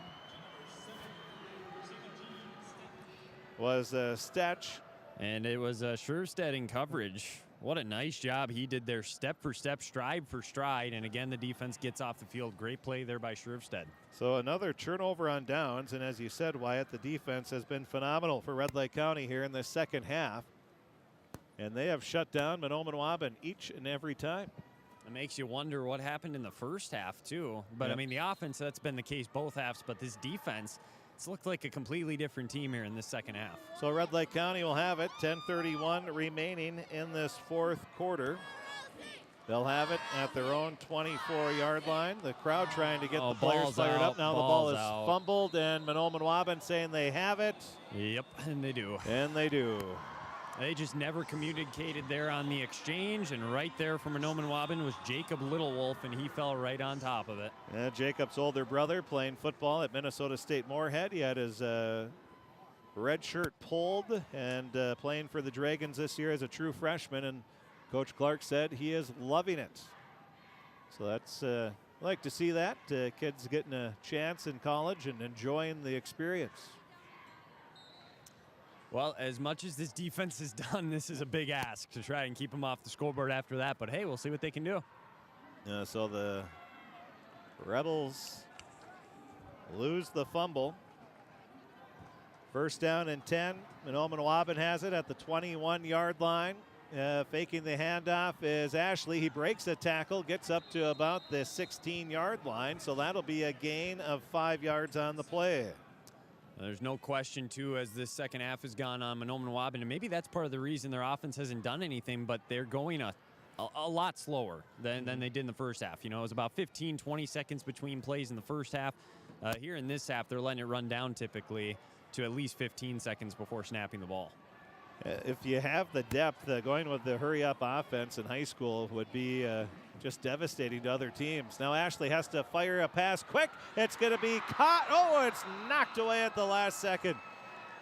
I thought he was going to be able to haul it in, and that was Carter Clark. Almost had a touchdown there, but it might have been just poked away by one of the Rebel defenders. Yeah, it was Mellon in coverage, and I think he did get his hand in there at the last second. It was a beautifully placed ball, only where the receiver could get it, and Mellon came in, and I just saw him now. He's making the motion to his teammates saying he swiped down on it and knocked it out of there. So a good play on his part to keep him off the scoreboard. Third down and 5 for Mahnomen-Waubun. 9:45 remaining in this fourth quarter of play. Underneath center. It's a quick pass over the middle, and that's incomplete as the ball is knocked away once again. Another nice job, this time stepping up in that secondary there for Red Lake County, and getting the job done there was Connor Duden. So nice job by Duden, and Mahnomen-Waubun now 4th and 5. If you want to practice kicking, this would be a good spot to do it if you have any question marks about that area of your game. Tyson MacArthur was the intended receiver, and it looks like they are going to go for it here. 4th and 5. Three receivers split out to the near side, one back in the backfield. Rolling out to his right as Ashley has a receiver wide open at the 10 and trying to dive into the end zone. Did he get there? Yes, they're going to give it to him. Diving in for the touchdown. And that was, I believe, Tanner Stetch. Yeah, so Stetch again. Complete busting coverage there. They both went to the far route, and he was the guy underneath going to the sidelines, and Ashley made the right read, fired it on time, on target, and that will put him on the board. And we actually have a Red Lake County player down on the as Coach Remick's going over there, the training staff going over there. Shervstead is standing with him. I'm not sure who it is. Looks like number 17 for Red Lake County still down. That'd be Duden, who just made the pass breakup on the last play. So we'll hope he's okay. So 9:36 remaining, and well, we'll take a quick injury timeout. We'll be back right after this.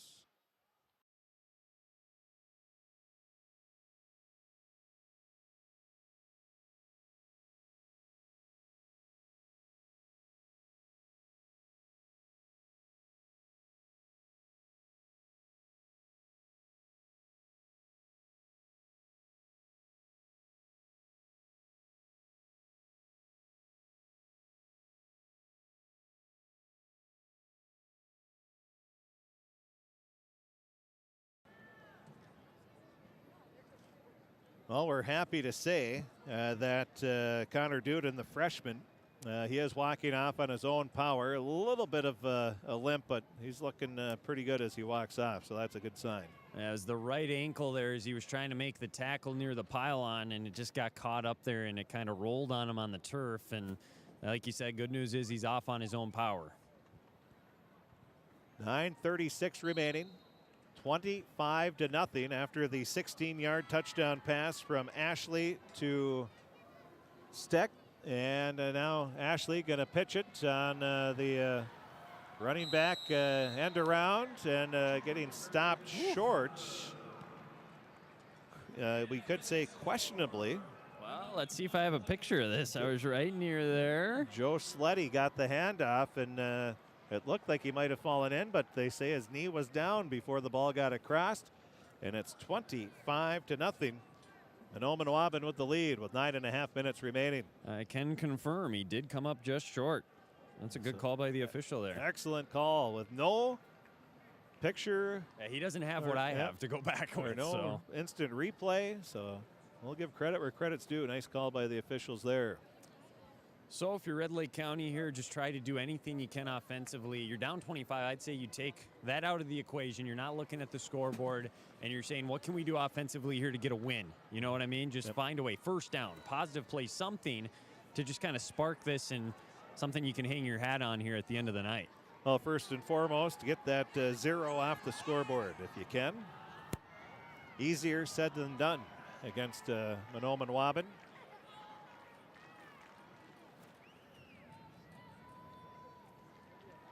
We're here at the Fargodome. Much cooler this year than it was in previous years, so thanks to the Fargodome staff for whoever's in charge of that.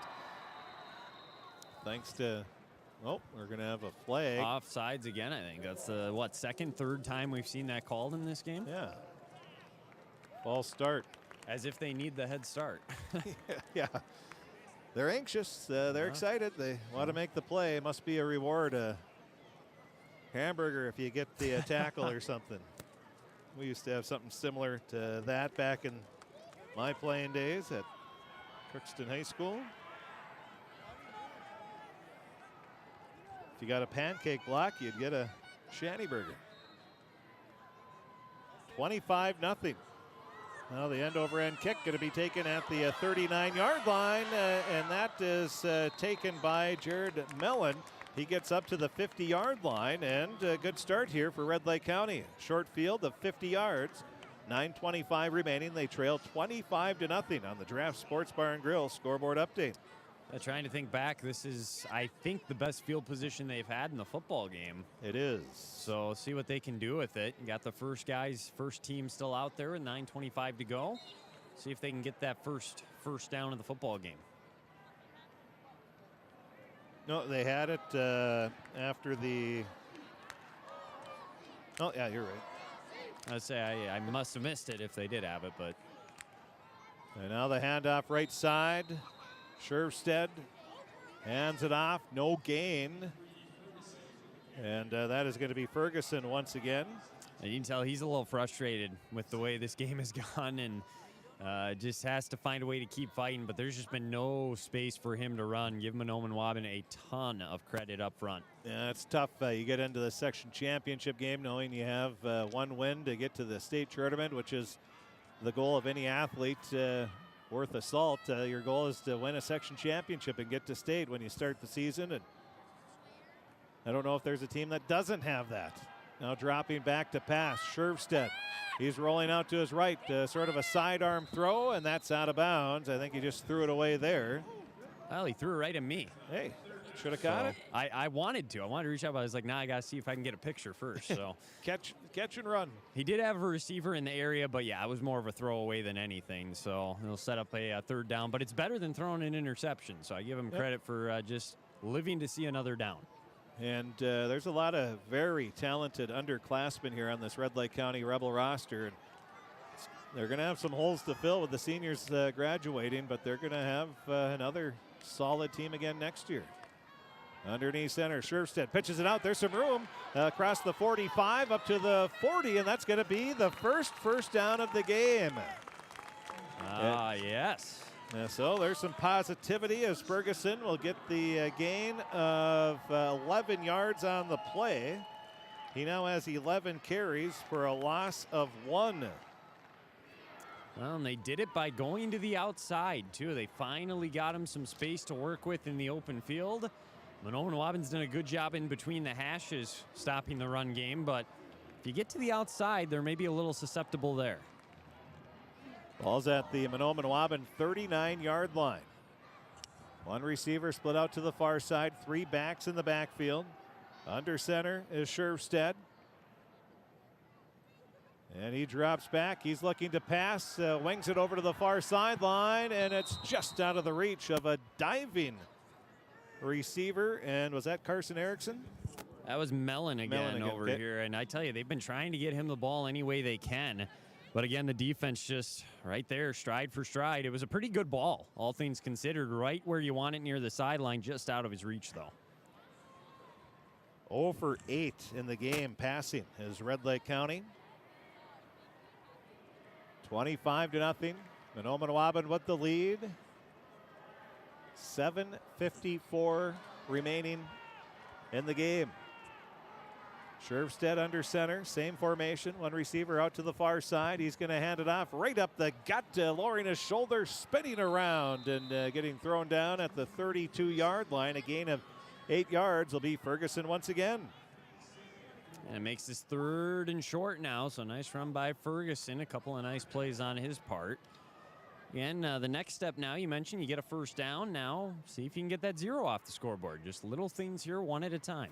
Well, positive yardage now for Ferguson. 12 carries for 7 yards. Seeger has 3 for 10. Scherfstedt has 1. He was sacked for a loss of 8.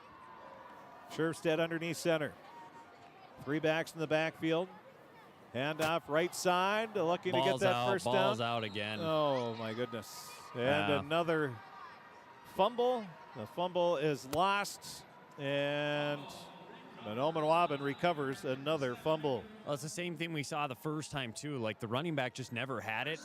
It's the same as all their other exchanges, but for some reason, they just can't get it up far enough where he can secure it. And just when you thought they had something cooking on offense, they turn it over for what, 3rd, 4th time in the football game now? That would be the 4th time. Oh, my goodness. So they just haven't been able to kind of stay out of their own way. Yeah, we've 2 interceptions and 2 lost fumbles. So Mahnomen-Waubun has it, 7:02 remaining. Leading 25-0. The Thunderbirds looks like they're going to go back to the state tournament after a couple-year absence. Handoff left side, and Bevins gets a gain of a yard on the play.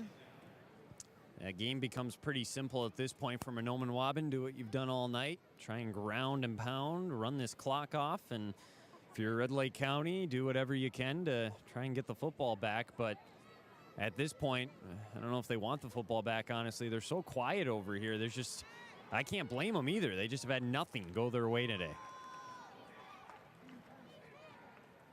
And a pitch out to the outside, looking like he was going to have some space there to run, was the running back for Mahnomen-Waubun. Yet, that was Belfi that got it, and he's going to be hit for a loss of 1 on the play. So he has 5 yards on 2 carries.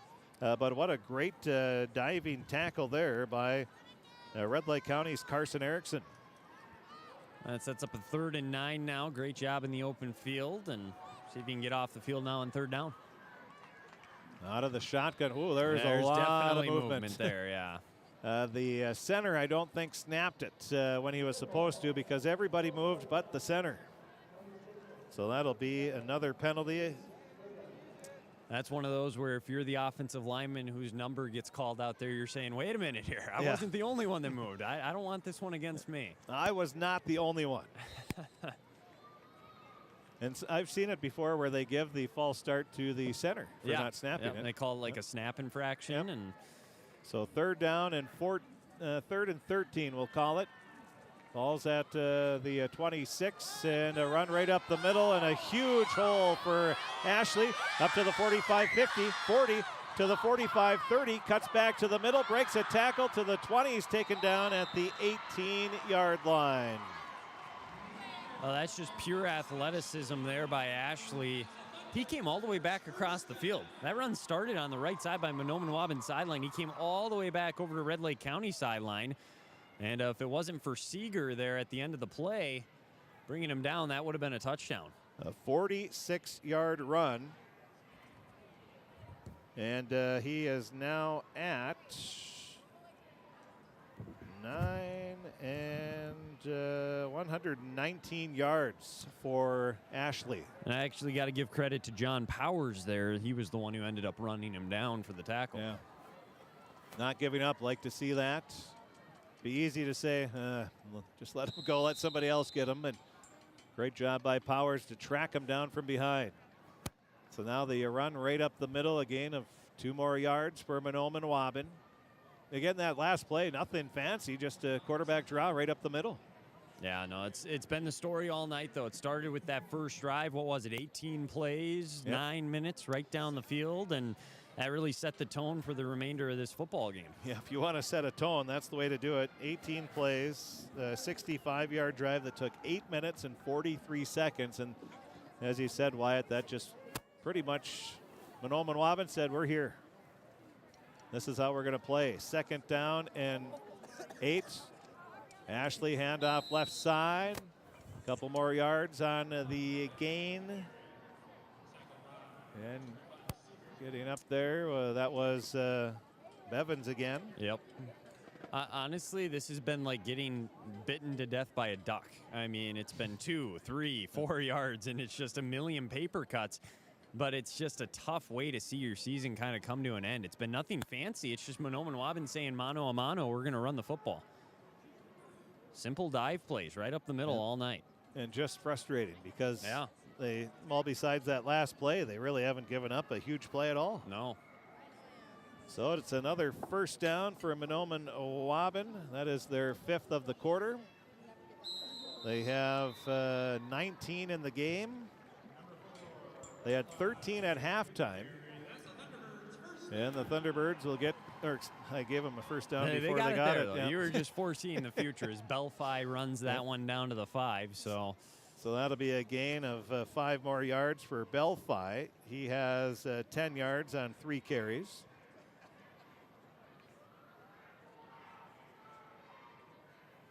Well, and now they got 15 seconds here. They're going to come back to the huddle saying, wait a minute, we're not quite ready yet. Let this tick down as we got 2:50 to go in the football game now. Yeah, by no means are they doing anything to run the score up, just taking their time, trying to take as much time off the clock.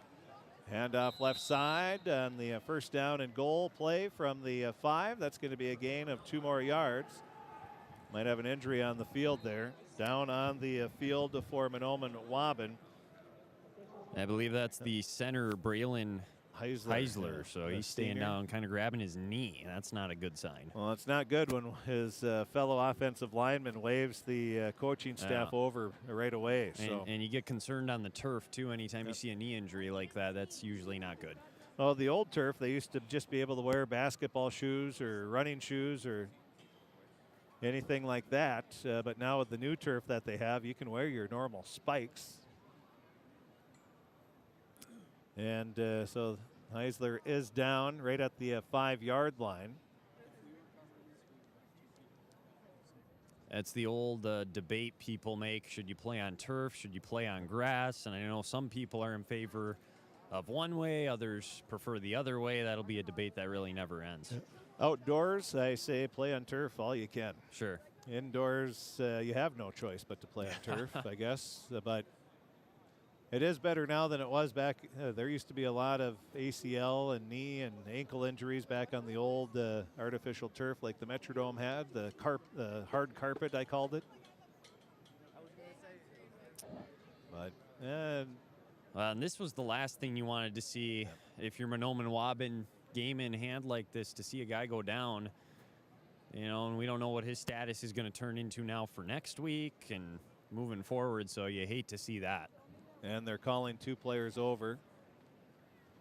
One of them, I'm curious how he's going to be able to carry him off. Yeah. Yeah, that's he's not able to walk off in his own power, so that is not a good sign. And obviously, center, very important role. Oh, yeah. So he is And Coach Clark did say that they had a lot of injuries. They're banged up. So hopefully this is just a injury that maybe twisted up the leg a little bit from a previous injury.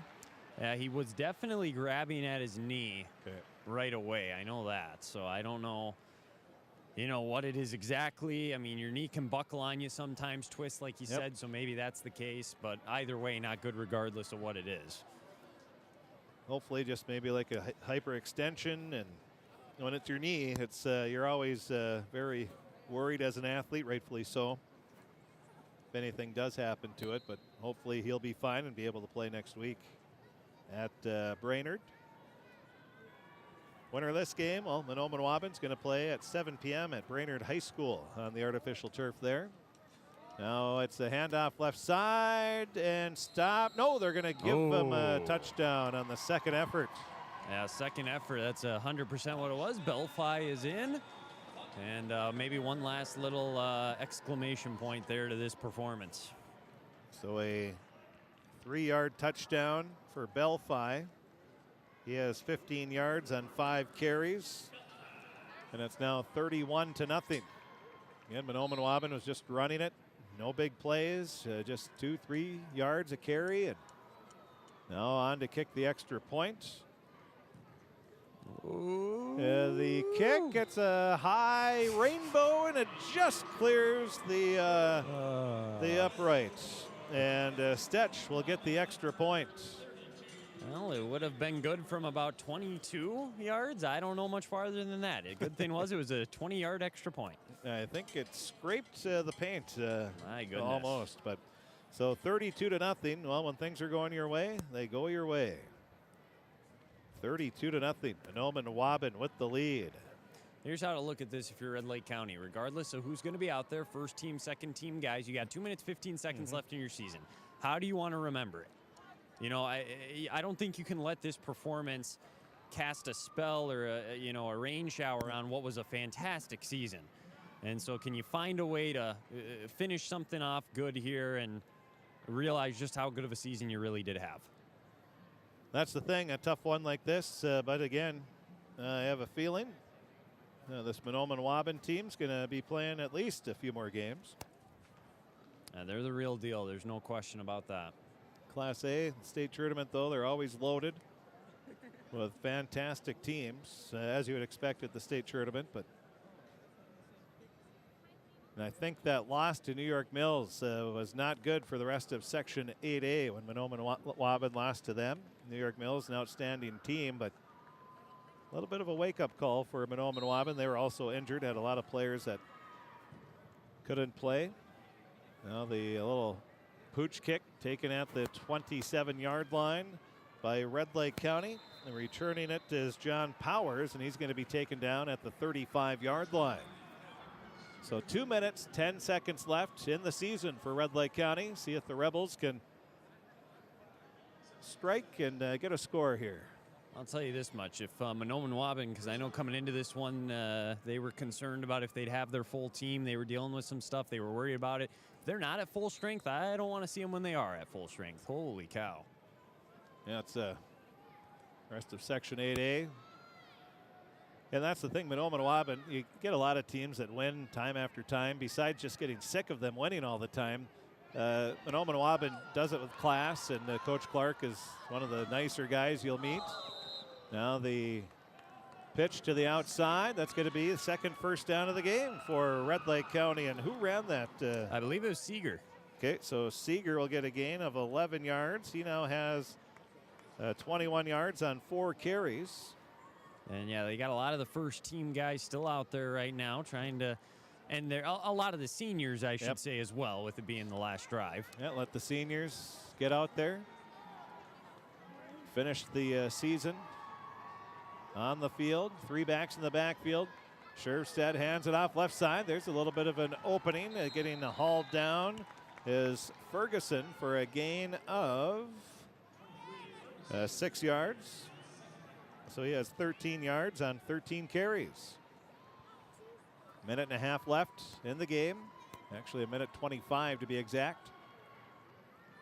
Mahnomen-Waubun will improve. Well, they have one loss on their record, but they'll improve to be interesting to 8-1? see. Yeah, they'd be 9-1 now, yep. but it'll be interesting to see what seed they get at the state tournament. Well, it's automatic. You just play. Oh, that's right. Yeah, you're right. And the handoff goes right side this time for the Rebels, getting hauled down after no gain. Number 11. I don't have a number 11 on my sheet. Erickson. Here. Oh, Erickson. So we'll give them a yard a gain, a 3rd down and 3, 45 seconds left, maybe down to the final couple plays of the season for Red Lake County. And a fantastic season it was. But unfortunately, there's a program called Mahnomen-Waubun in Section 8A. Now the pitch out to the near sideline to the 45-40 to the 35, and getting hauled down is Ferguson after another big gain up to the 34 is where they'll mark it. That's a 13-yard gain. His best runs of the night easily have come when they've gotten him into space. So good to see him get a few big ones here towards the end, and it looks like they'll get maybe one more playoff here. 17 seconds and counting. Mahnomen-Waubun going to win this one 32-. Can the Rebels punch one in? Let's see. Right now 32-0. Sherstead under center, 4 seconds left. He pitches it out to the outside, hitting the brakes and getting hauled down for a loss of 7 yards on the play. Will be the ball carrier. Turnaround, is that Seeger? That was Seeger again. So Seeger with a loss of 7 on the play, so he ends with 14 yards on 5 carries, and that is the ball game. The final score, Mahnomen-Waubun. What was the score? 32-0. Yeah. They got that off there pretty quickly. 32-0 is the final score, and the clock operator said, sayonara, we're going to celebrate because it's the Mahnomen-Waubun crew. The home team gets to do all the clock and the PA and all that good stuff. So they said, see you later. And 32-0 is the final score of this game.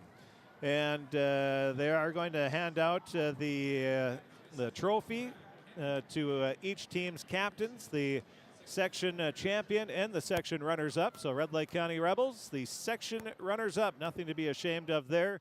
We'll see if we can talk with Coach Remick and more. That'll all be coming up here in the post-game show. We'll take a break. We'll be back. The final score here from the Fargodome. It was the Mahnomen-Waubun Thunderbirds 32, the Red Lake County Rebels nothing. We'll be back with the post-game show coming up right after this timeout on KROX. It's always growing season here at United Valley Bank. We're focused on growth for our customers and communities, success for farms and businesses, and improvement for ourselves. Partner with us, and you'll see firsthand just how much the right hometown banking team can change your perspective. Together, there's no limit to the heights we can reach. United Valley Bank, our roots make us stronger.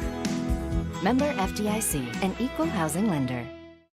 Harvest is more than the act of reaping what you've sown. It's the culmination of months of hard effort, along with a few weeks of working 24/7 to bring the crop in. At Sesvanderhof, we're continuously working to develop sugar beet varieties that thrive despite the pressures from disease and the challenges of nature, so that you can end each harvest on a high note. Because sharing the pride of success starts with sharing the passion to achieve it. Sesvanderhof, a passion that grows.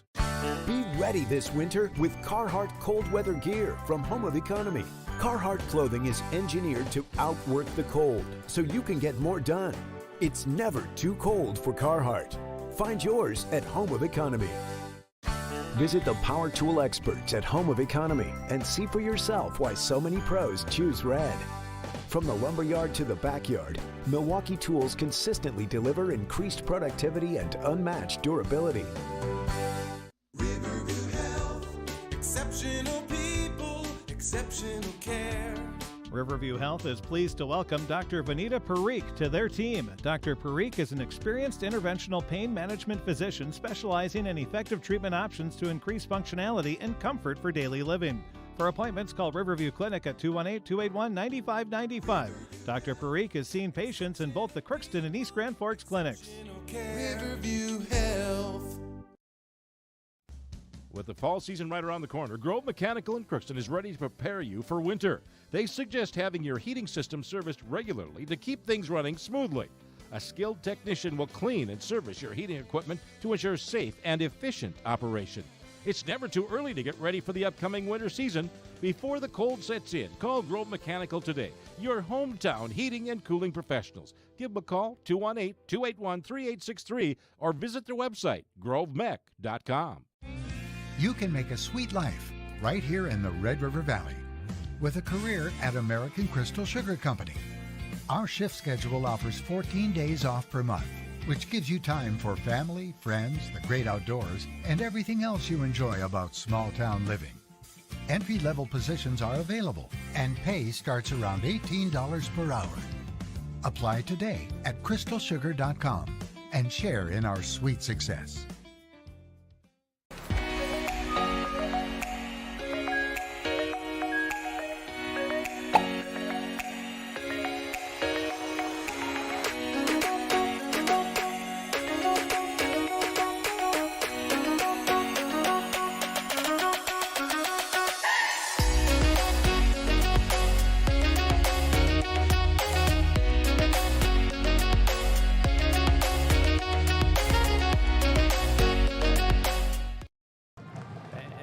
Send it down to the field. We have Wyatt Morrell down with Coach Brian Remick. Wyatt? Yeah, and Coach, as we join Coach Brian Remick now here in the post-game show, just wasn't your night. Mahnomen-Waubun, you got to give them a lot of credit. It's a disappointing end, but overall, I'm sure a good season when you look back on everything as a whole.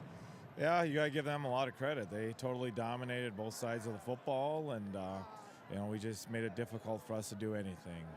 In the second half, the defense definitely answered your call, I thought, and they played much better, especially up near the line of scrimmage. Would you agree with that, and what was the biggest difference? Yeah, I thought we competed a lot better. We started feeling a little bit better and tried to hold our own a little bit up there. You mentioned beforehand when you were talking in the pregame show you had to win the turnover battle, and that was not the case. Pretty much any game you can kind of look to that, and if you don't win it, you're going to be in trouble. Yeah, I mean, the analytics are right there. I mean, when you don't, usually when that happens, you come up short.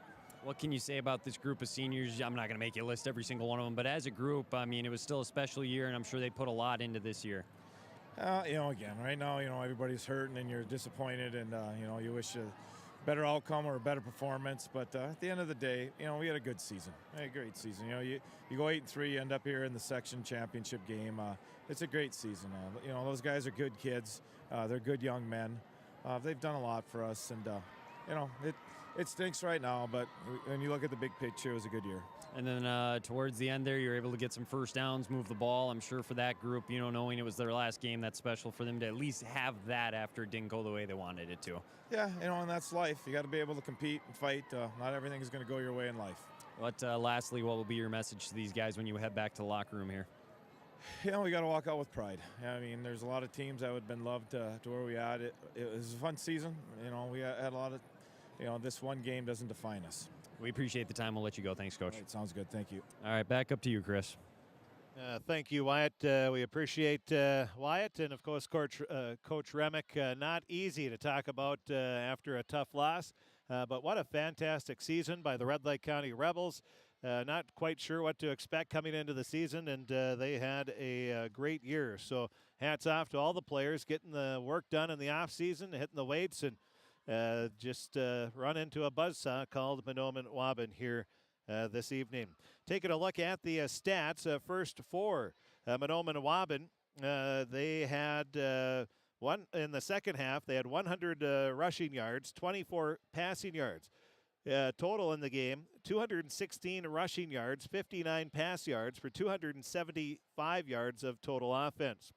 Mahnomen-Waubun, they were led by Dennis Ashley. He had 24 carries for 119 yards. Curtis Marr had 5 carries for 14. Jamison Donner had 11 for 40 yards. Bevins had 12 for 29. Sleddy had 1 for a loss of 1. And Belfi had 5 for 15 yards. Again, 275 yards total offense. 4 of 6 passing was Ashley for 59 yards. Clark had 2 receptions for 35 yards. MacArthur had 1 for 8, and Steck had 1 for 16. For Red Lake County, the Rebels, they had 6 yards rushing only in the first half. No yards passing in the game. In the second half, they had 26 yards rushing, 32 yards total offense for the Red Lake County Rebels. Damon Ferguson had 14 carries for 26 yards. Seeger had 5 carries for 14 yards. And then Scherfstedt had 1 carry for a loss of 8 yards. So 32 yards total offense. Red Lake County 0 of 8 passing with 2 interceptions. Other team stats for both teams. Red Lake County had 2 first downs, both in the fourth quarter. Mahnomen-Waubun, I had them for 20 first downs. Penalties, Red Lake County 2 for 10, Mahnomen-Waubun 5 for 35. Red Lake County fumbled the ball twice, lost both of them. Mahnomen-Waubun lost the ball, or fumbled the ball once, and lost that one. Red Lake County threw an interception, and punting, it was Red Lake County 2 for 65, and then let's say, forgot to add that up, so 1 second here. We have 17, 12, 7, 8, 9, 10, 11. So it was 4 punts for 112 yards, while it was 2 punts for 66 yards for Mahnomen-Waubun. The final score, it was Mahnomen-Waubun 32. The Red Lake County Rebels nothing. Red Lake County ends the season 8-3. 2 of those losses to Mahnomen-Waubun. And Mahnomen-Waubun, they improve to 9-1 on the season.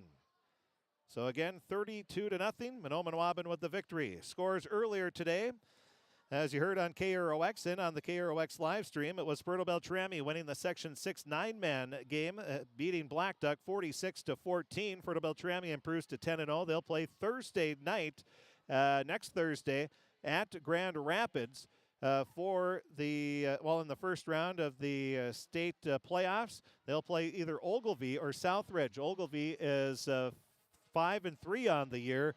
Southridge is 3-5. That's the championship game there. They only have 4 teams in their section tournament, so that's a little odd in that neck of the woods. But then in Section 8 9-man, Kitson County Central beat Goodridge Grigla 35-20, and Kitson County Central, they are 11-0 on the season, and they're advancing to the state tournament. That will be Thursday night, I believe, as well, against more than likely Mountain Iron Buell. Coming up here in just a little bit, we're going to have the East Grand Forks Green Wave, 6-4 on the season, taking on Dilworth Glendon Felton 9-0 in the Section 8-3A championship game. That's coming up next here on KROX. We'll take a break, let Wyatt get settled in, and then we'll be back here in just a few minutes. But again, congratulations to the Red Lake County Rebels on a fantastic season, 8-3, Section 8A runners-up. And now we'll all be cheering for Mahnomen-Waubun in the state tournament. Thanks for listening. For Tom Lezon, for Bull Melby, for Wyatt Morrell, and myself, Chris P., the final score, Mahnomen-Waubun 32 and Red Lake County nothing. Thanks for listening, and have a great evening, everybody. East Grand Forks Green Wave football taking on Dilworth Glendon Felton coming up next.